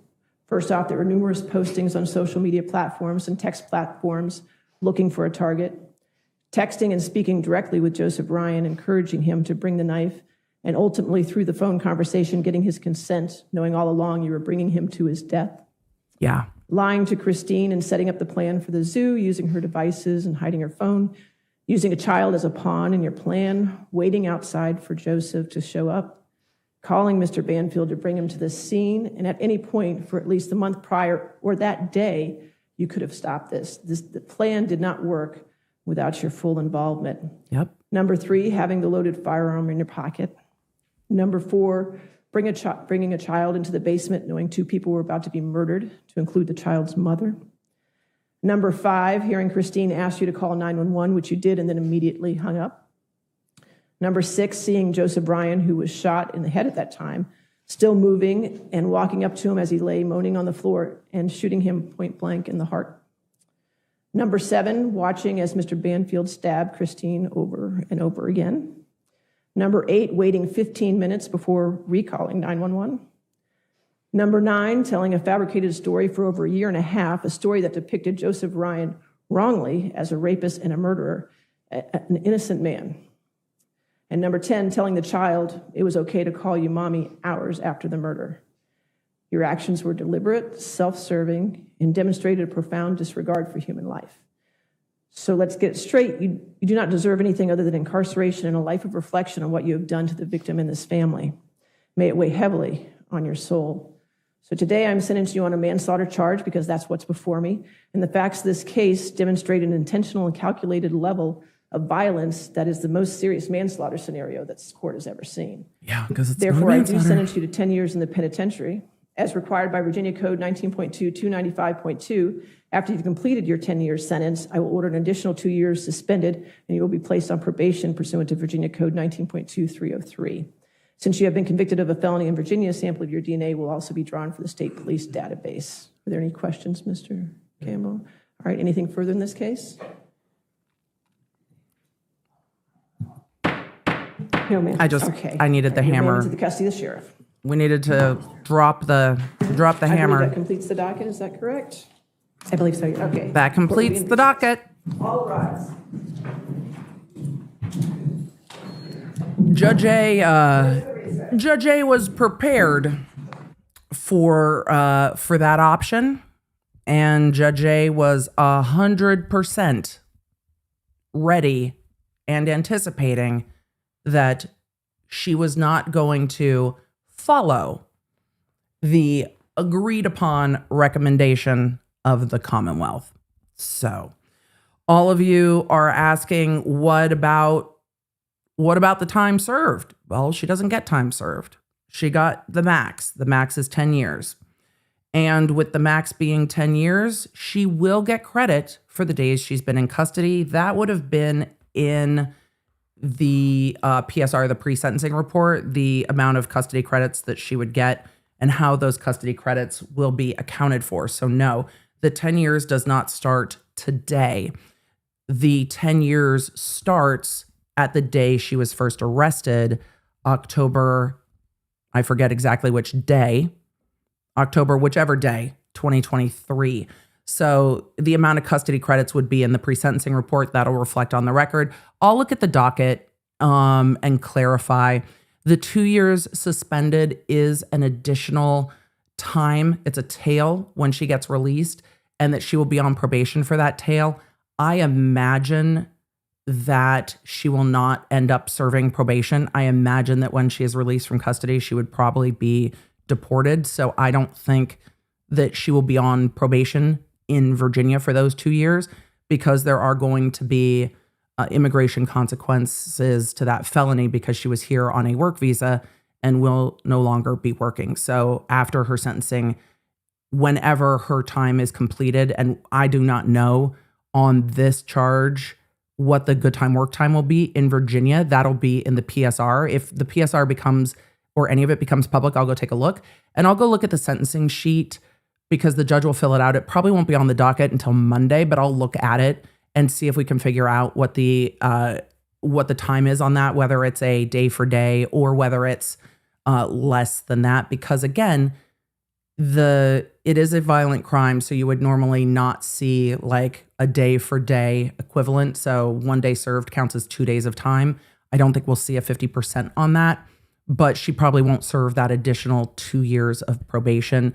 But that's a tail, because if there's no more time left on your case, then you can't be held on probation. So that's where the tail is on that. So she will, Peggy says Virginia requires 85% time served. So more like the federal system. I practiced in California, where sometimes custody time was like, it feels good enough. You've smelled the inside of the jail cell. You are released now. So yeah, around 85%. I did not hear them order any victim restitution. I will check the docket for that. It does not mean that it is not ordered, but I will take a look on the docket before I give you an answer on that. For all of you who are like, Emily, Monday's a holiday. Yes, it might not reflect on the docket Monday, maybe Tuesday, but we will talk about it early next week when we go through the details of that and see if any restitution was ordered. The reason I bring it up is because if she does in any way get paid for telling her story, generally that would go towards any restitution first. So we'll see. We'll see. For all of you who have lovely law nerdy things to say in the chat, thank you. I appreciate you. I did not see that Judge A did an interview last night. Yesterday, you guys know, was one of my kiddos' birthdays. So we were doing birthday things yesterday. I will go take a look over the weekend. A lot of you said similar things to Celebril 82. I trust Judge A. You know, Judge A started giving little indications when the defense was talking about an agreement. She kept saying, excuse me, counsel, it's not an agreement. It's a recommendation. Let's not get it twisted. It is a recommendation. Once Judge A started chatting about the recommendation, I was like, oh shit, no, counsel. That's a recommendation.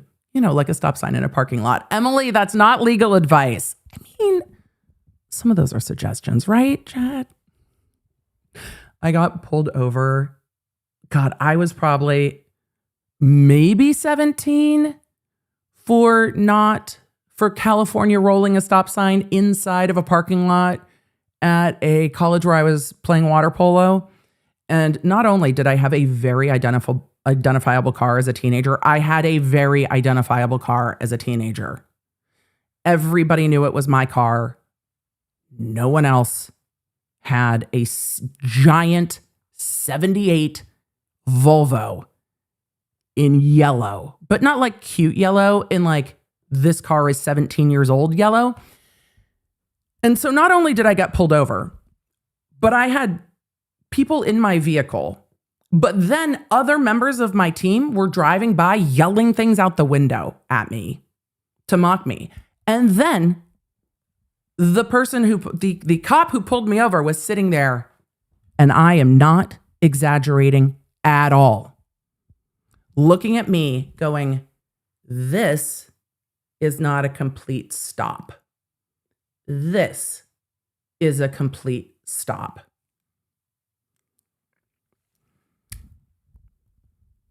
Yes, sir. Yes, sir.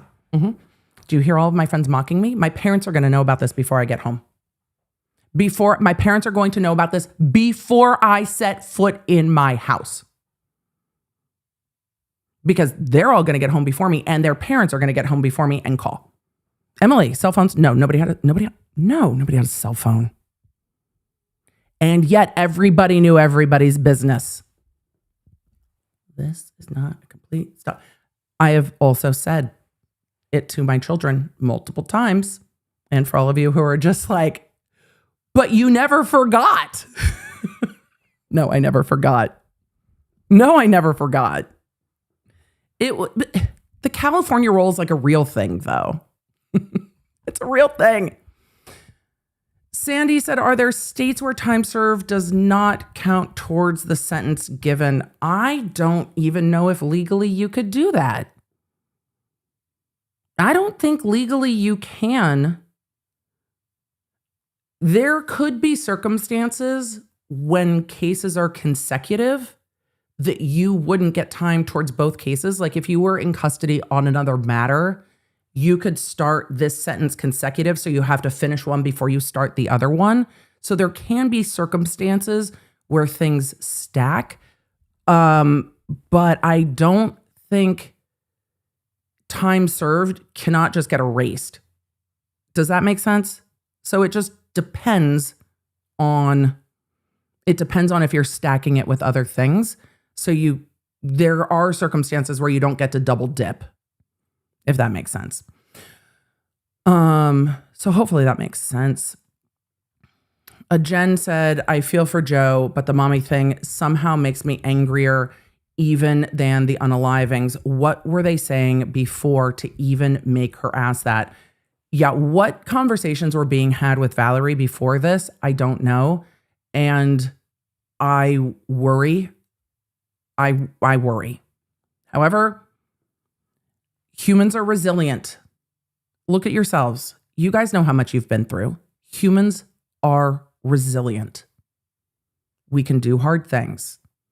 And with the right support, I hope that Valerie will be okay as she grows, and B, as she has to face the reality of all of this that she hopefully will not have to face for years. So I hope. So let's see. Just a cat lady said, I do feel bad for her, but she did it to herself. Both things can be true. And yeah, I think that Juliana was absolutely a pawn to Banfield, but Juliana was also in a position to stop being a pawn for Banfield. She had control of that. So, let's see. Tilda said that the only reason the deal doesn't necessarily bother me is we don't know how much coercive control was in this relationship. Ultimately, she was under 25 and only had one way of talking to her family in Brazil. I think that during the relationship, she had her cell phone and she had WhatsApp and Discord and all the things. Once she was in custody, I think they gatekept her conversations with her family. But prior to that, I think that I think that she had more ability to communicate with her family, and I wish that she would have told them, look, this guy's saying some crazy stuff, because I can't imagine her family would have said anything other than, you're coming home. I can't imagine her family would have said anything about, I don't care what your job is. You're coming home. You're coming home. You're coming home. Now, just that man's talking crazy. Leave. Leave. Leave. Because she had, access to all of them. Jen, the laundered, I love that. Getting nails done and packing to go see Six tonight for my son's birthday. Have the best time. We are so excited. Thanks for keeping me company, laundered fam. I'm ready to see justice for Christine and Joe. Sending y'all love. Enjoy getting the nails done. I recently got mine done. We've got some little hearts on the nails and a little cat eye situation because, well, we're feeling the hearts. We're feeling the hearts. We're feeling the hearts. Interview with Judge A after July. I will reach out and ask Judge A. I know the Lawnards would love to chat with Judge A. We'll let Judge A retire. We don't do a ton of interviews, but when we do, I always have such a good time. I love having a conversation. It's going to be interesting to see what happens in sentencing in May. I mean, he's going to get the max plus whatever time he's owed.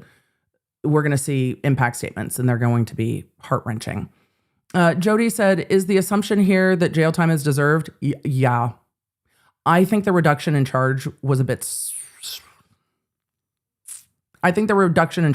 much. Then again, in the Adelson case, I was floored that they offered McBanois full immunity. Floored. So it was wild. It was absolutely wild. Let's see. Is this still the lawyer that Mama Banfield hired for her? I don't know. Coffee drinker CV, how long has she been in jail? However you calculate, since October. I don't know her exact date of arrest, maybe 16th, 2023 to now. Did we ever find out what led to her arrest? I imagine it was a combination of whatever interviews she initially gave, ballistic evidence, digital evidence, blood evidence. We heard a little bit more at trial, but it would be interesting if her prelim is anywhere. Yeah. Libby asked a great question, and I wanted to circle back and talk about this for sure. Libby in the chat said, this was such an elaborate plan to do away with two people. Why do you think Brendan lied about a work meeting that could easily be checked? Here's what I think. Purely, hear me out. I'm speculating. This is purely speculation. That boss was never asked about a meeting that day because Brendan Banfield never gave that story. He didn't say anything. He exercised his Fifth Amendment right, his right to do that. But he had never said, I had this big, huge meeting that day. I would be shocked if T. Patrick Smith was on the witness list. It would be my guess that T. Patrick Smith was not on the witness list anywhere. And I don't think Banfield paid attention to the law nerds. I don't think Banfield is aware that when your case is streamed, people are watching. You have no idea how many people are watching. People are watching, especially people who know your ass. They're definitely watching. And we have seen it in case after case after case, where when a case is streamed, rebuttal witnesses are like, oh, I know about that. I forgot that we saw that in Murdaugh with all of a sudden the black box from the car appears out of fucking nowhere. Totally forgot about that in Murdaugh. Because we saw it to such impact in the Depp Heard case with multiple witnesses. Not only Spicy Draco, but the witness who was like, no, I was the one that was hosting the Joshua Tree camping situation. We have seen it over and over again. And so, yeah, the boss was just like, So I think Banfield believes his own shit. And I think Banfield was like, witnesses don't just appear out of nowhere. They're not on the witness list. That's what you get when you're not a lawyer. That's what you get when you're not a lawyer.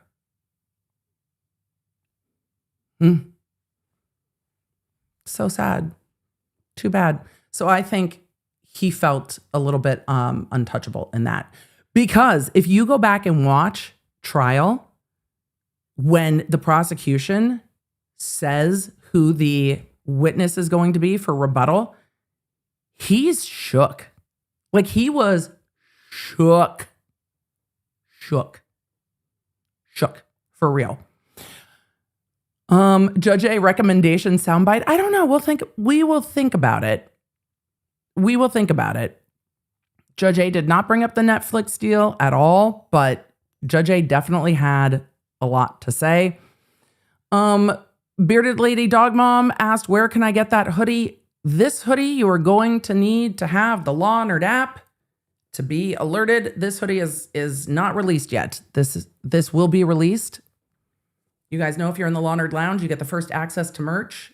This is not released yet, and the app will get notified before we publicize the launch. So, yes, if you are interested in merch is pending imminently. So, get the Law Nerd app, and you will be in the loop. You will be in the loop. So don't worry. We're a little preview. Little preview, not a spoiler, little preview. And if you go to the Law Nerd shop now, you're going to see that it is a big old lock screen. So you can't go buy it yet. Soon. Judge A had the Law Nerd's respect with Depp v. Heard. After this trial, she has our love. I really like Judge A. As I've said with most judges, I do not always agree with every single ruling. There are some rulings I was like, what are we doing? But she is just the epitome of judicial demeanor. She is an absolute delight, and she clocked it. It's nice to get to see the same judge in a civil case and in a criminal case. And I think that this offer, just based on reading Judge A's face and words, I think that this offer also displeased her sense of dignity and justice. But again, that is not her role. It is not her role to be the prosecutor and the judge. The prosecutor's office gets to make their choices. There are some things that the judge is stuck with, and the charge that the person pled to is something the judge is stuck with and cannot change. So I think that the judge is frustrated. Jody's side eye said, can the family sue the DA for a crappy deal? No. That would fall under the authority of their office, and it would fall under immunity for the prosecutor's office. No. Now, could they sue Juliana Magalhães for intentional infliction of emotional distress and wrongful death and things like that? They could. And if they get wind of, well, no, I think Christine's family could sue too, even though she wasn't charged with Christine's death. I think that both families, if they wanted to pursue civil lawsuits against her, could. I don't know if it just keeps you stuck in this longer than is necessary, because it would keep them locked in with her for potentially years. But if they chose to bring a civil lawsuit, they could choose to bring a civil lawsuit against, him and Juliana if they wanted to. So Rebecca wants to know, EDB, will you please break down the sentence? 10 years. She gets 10 years. Yeah, she gets 10 years. And in those 10 years, she gets 10 years. Atlas said she doesn't get time served. She did not get the recommended time served agreement. If she had gotten time served that the prosecution recommended, she would serve no more time beyond today. She would get out today. She got 10 years. But she is going to get credit for the time she's been in custody. They don't wipe the time she's been in custody. So hopefully that makes sense. But she did not get a time-served deal. She got the max. Does the au pair company have any liability? I don't see how they could. I don't see how they would have even had any idea that this is something that could happen. Also, I think when you look at liability, Banfield's at the top of that, and then it goes from there. Nishay, it's good to see you. Can we get you a giant cookie for Banfield sentencing? I will make sure to remember to make some of my wild grain cookies. They're pretty big. I'll remember to make we'll make some celebratory wild grain cookies. We're Team Baker. We are going to have to talk to Wild Grain about sponsoring sentencing. Emily, too much? Never. Never. Or we'll have to do it like a couple weeks in advance so that everybody can get their, that's even better. We're going to have to do it in advance so everybody can get their cookies for sentencing. So everyone can get their amazing, amazing cookies for sentencing. Right? I saw a couple other questions. Is FetLife going to get held accountable? I don't know how they would, because I don't see anything that FetLife did that was improper. They have a form where people can connect, and then people chose to connect. And a lot of people we saw chose to not continue to connect with the fake Anastasia, the Anastasia account. We didn't see anything. And I imagine there's all kinds of things that they make users do when they sign up. But ultimately, like most websites, if the website is hosting something, they can't be accountable except in really exceedingly limited circumstances for the users and what the users do. And in the US, that's under Section 230. Cancel. I don't know what device is doing. No, you're going to just cause me copyright issues by playing music. No, yeah. Emily Fights with Technology, part 76. But they didn't do anything other than host a forum for people to connect. Dating sites can't be held responsible for what people do when they meet up in person. And so I don't see any liability there, though I do imagine users will be discussing personal safety more, and something that you should do anytime at all. So no, with the form, the form would be protected. And I can't imagine that they would have any indication of what the users were planning on doing, especially based on the messages that we saw. So let's see. Kirshen said, I don't get how no SA charges were filed with either defendant, because that didn't happen. And based on physical evidence, that didn't happen, even though that's what they were setting up to happen. So let's see. I'm going to answer a few more questions, and then I have got to go on this lovely Friday, but I will take a look at Judge A's interview, and maybe we'll take a look at that another day. As I said, I've not had a chance yet because we have been doing birthday things this week, and my kiddos have the day off today. So we're going to go do that. Let's see. I saw a number of you asking about the deets for the upcoming merch drop. You're going to need the Lawnerd app. So you're going to need the Lawnerd app. Let's see. Could Juliana be brought for Banfield sentencing? It's an interesting question. I mean, I don't know if she would count as someone who would make an impact statement. I imagine if she wanted to, she could submit a statement. She could submit a statement to the court. That would be interesting, wouldn't it? But I don't know if they would bring her out of prison.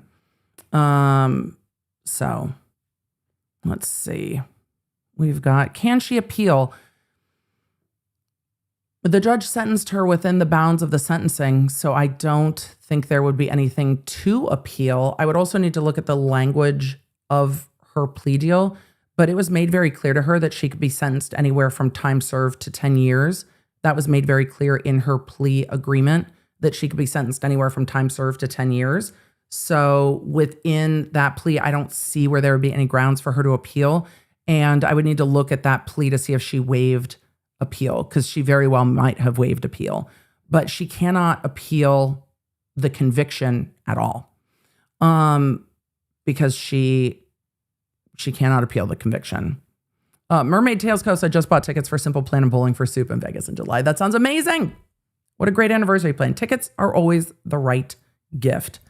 Always, always, always. I'm going to answer a few more questions, and then we're going to go.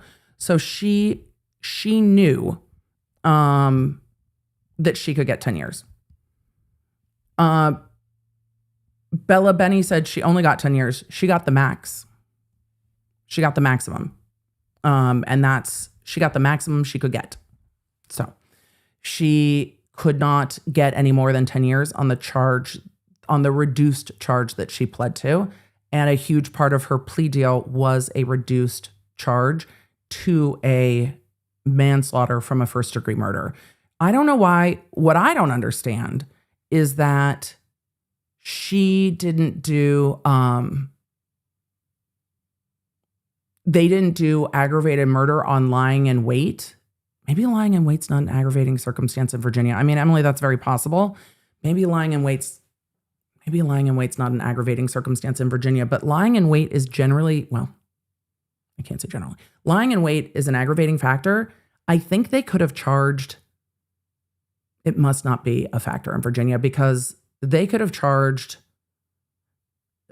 easily Juliana with aggravated murder lying in wait were it a factor that could be considered in Virginia. But when we went through the aggravations, I don't think I saw lying in wait. The multiple murder aggravation was there, but I don't think, I think there were a lot of aggravating circumstances relating to the victim, age, vulnerability, job, etc.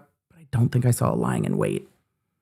But a lot of places, lying in wait would count as an aggravating factor. I do use of a weapon. A lot of you are asking, what about use of a firearm? Would be an aggravator in the sense that it could be a sentencing enhancement, but it's not an aggravation to take a charge from being a first-degree murder to an aggravated murder. So like murder and then murder plus, using a gun is not a plus factor that takes it into aggravated. Using a weapon is a sentencing enhancement that adds more time. They didn't add a personal use of a weapon to the manslaughter either. And if they had, she could have, is it 3 or 5 years in Virginia? She could have gotten more time on that. They didn't. The virtual juror said Virginia Code 18.2-32 says lying in wait is an aggravating factor. I don't know why they didn't file lying in wait on. I have a lot of questions about the filing decisions that were made here. It doesn't matter. I can't change it. It doesn't matter for me to be like, why didn't you do this? I also don't know how many homicide cases Fairfax deals with.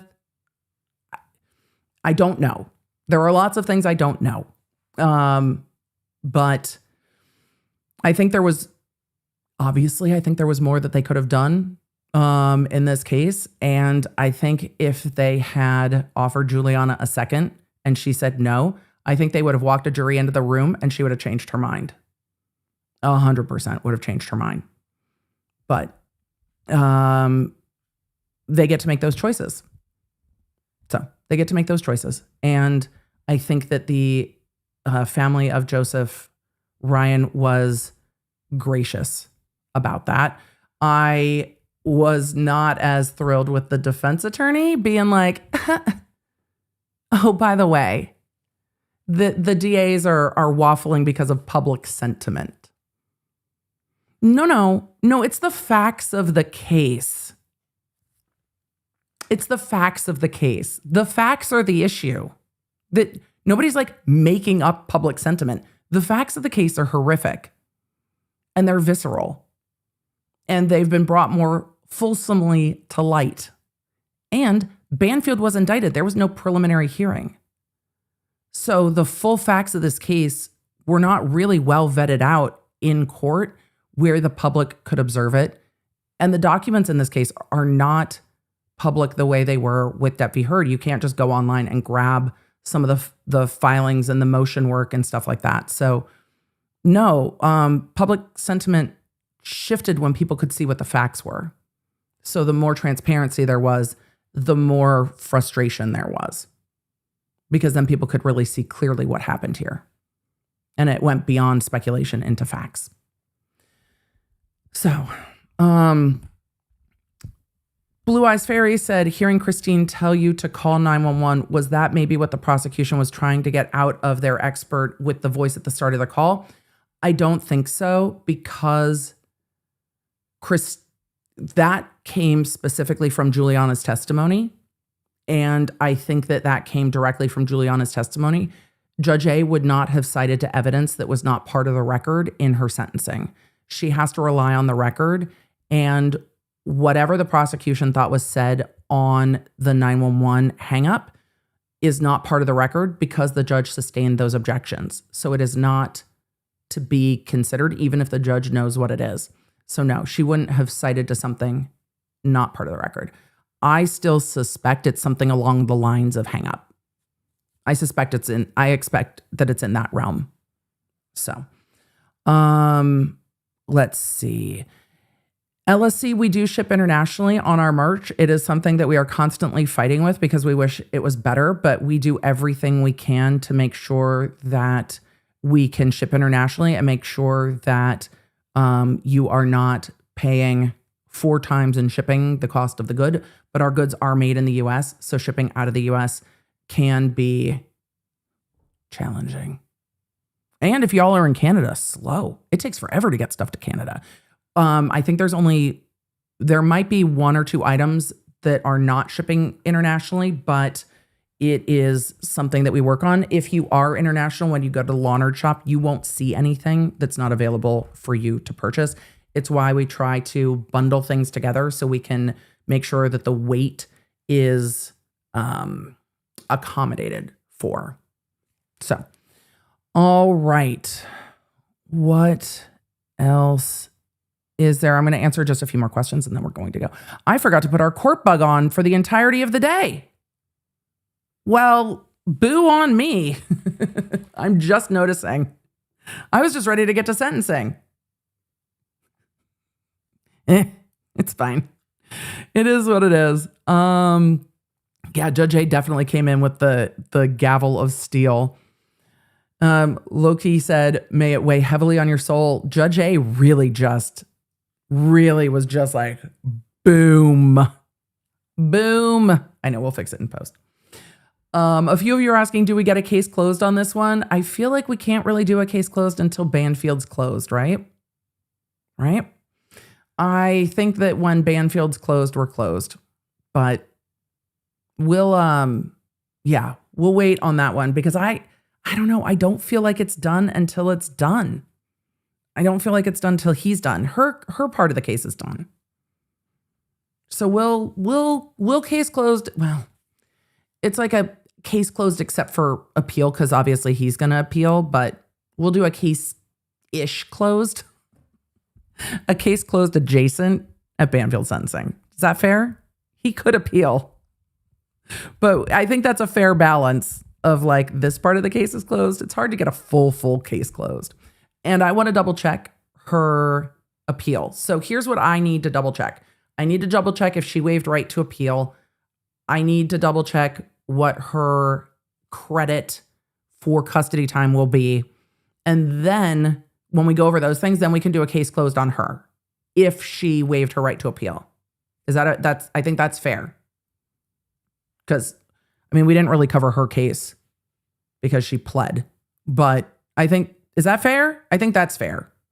So we'll close her chapter and then we'll figure out his.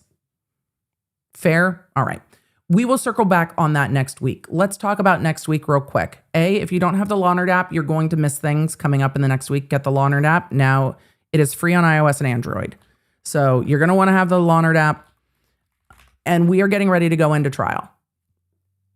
We are getting ready to go into trial with Corey Richens. So we are going to have I'm going to try to zhuzh our streams so that Team Baker, mostly myself, can prepare for the Corey Richens trial, but we will be streaming next week. We will also have other announcements for you next week. Now is the time to get that app. I will not be streaming on Monday. I'm going to be spending the day with family and kiddos, but we will have a new podcast for you. There is so much to discuss. We will get there. A number of you asked, Emily, Corey Richens has a jury. Why can't we just go to trial? Because they're doing opening statements on February 23rd, because that is what the judge agreed with everybody on, and that is what they decided to do. So they are going to trial February 23rd. So what are they going to do next week? They're going to work on all their other shit they need to do before they're in trial for like a month plus. So they did not bump the trial date forward. They kept opening statements on Monday. The prosecution would have already staggered all their subpoenas and everything. And I'm sure there are last minute things that they can all get done. But the court is starting bright and early with opening statements, Mountain Time, and is like, let's go. I know all of you are like, how does she have a jury? I thought that everybody had heard about this case and people were so biased and people are on medication. And oh my God, how is anybody going to have a jury in this case? And then in like a day and a half, they were just like, boom, jury. Jury. They have a jury. Remember, they only have 8 deliberating jurors in Utah on this case. So they picked a jury of 12, 8 with alternates. So they're ready to roll. They're ready to roll. I know. We're going to be celebrating Banfield's birthday with cookies and opening statements. I was trying to pull this up and it just doesn't want to. The tech is just today. I can't pull up. Sarah Lizzie, I wanted to pull your chat up and it looks like it's trying to pull up and it's like, no, we won't pull up. That's so weird. Ooh, the tech is fighting with me. I'm going to go fight with it. Emily, really? Yes, really. It's just none of my questions won't pull up. But yes, we're going to celebrate Banfield's birthday while he's sitting and waiting for his trial. And they will be starting, since I can't pull anything else up, we are going to have to wrap up either way. They will be starting, I think they said 8:30 Mountain. So we will probably be starting a little earlier than we normally do. We are not going to be starting 100% the moment they start. We're going to need some Zoom room. We're going to need some Zoom room. At least until we get the cadence of these lawyers and this case, we're going to need a little Zoom room. But we're going to be on Mountain Time and we are going to be in trial. We've got a week left to get caught up, law nerds, and we have so much stuff to catch up on. Much to catch up on. All right, let's see if I can roll the outro. I'm not sure I can, honestly. I'm not sure I can do much. Let's see if we can roll the outro. Will anything click? There we go. Maybe. Tentatively, we're going to try to roll the outro. Law nerds, if you do not have the Law Nerd app, now is the time. Get the Law Nerd app. I will see you on stream next week. If anything significant happens in the cases that we're following over the weekend, we will be talking about it in the Law Nerd Lounge, and I will send out a notification through our message all on the app, as I've done a little bit this week. But if you want to have that conversation with the Law Nerds and have, the chat, but after hours, that's where we're hanging out. Law Nerd Lounge at lawnerdlounge.com. It is our special little segment of the app. And get ready, Law Nerds. We've got some fun stuff for you. I love these drop shoulder oversized hoodies. I love them so much. And I know you love them. They're so good. But this is not all. We've got much more for you coming next week. Law Nerds, you're the best. Have a good weekend. Take care of yourselves. Take some time to start getting ready for trial. Plan your snacks now. We're going to be in trial through March. Get ready. Get ready for trial. We're going to be in trial for almost a month, if not a little more than a month. So buckle up for day in and day out of Judge M and Mr. Bloodworth and Miss Lewis and Miss Nestor. And maybe we'll figure out why Mr. Ramos needed a lawyer. Who knows? We're going to hear about walking the dog. We're going to hear about journals. There is so much to come in the Corey Richins case. And I can't wait to be back in trial with y'all. How long until Emily is like, what are we doing here? How many days into trial am I going to be like, oh my God, what are these lawyers doing? Take bets in the chat. I'll see you soon. Well, whenever we'll see. Emily, can you play the outro? No, I don't. I honestly don't think that I can. It just, maybe, perhaps. Ooh, we got close that time. Hold on. We'll see if it goes. Oh, no. Emily, we're just going to fight with the tech? Apparently so. We're going to try it. It doesn't want to work. We'll try one more time. No. Nothing wants to work. Oh, this is Lawnards. This is delightful. The tech is like, it's closing time. It's not closing time. Tech, we're not even in trial yet. Emily, crash out incoming. Yep. I don't know what we're going to do. All right. Lawnards, imagine the outro here. Get the Lawnard app. Outro goes here. I'll see you soon. We can't do anything except end the stream. So you guys are the best. I'll see you soon.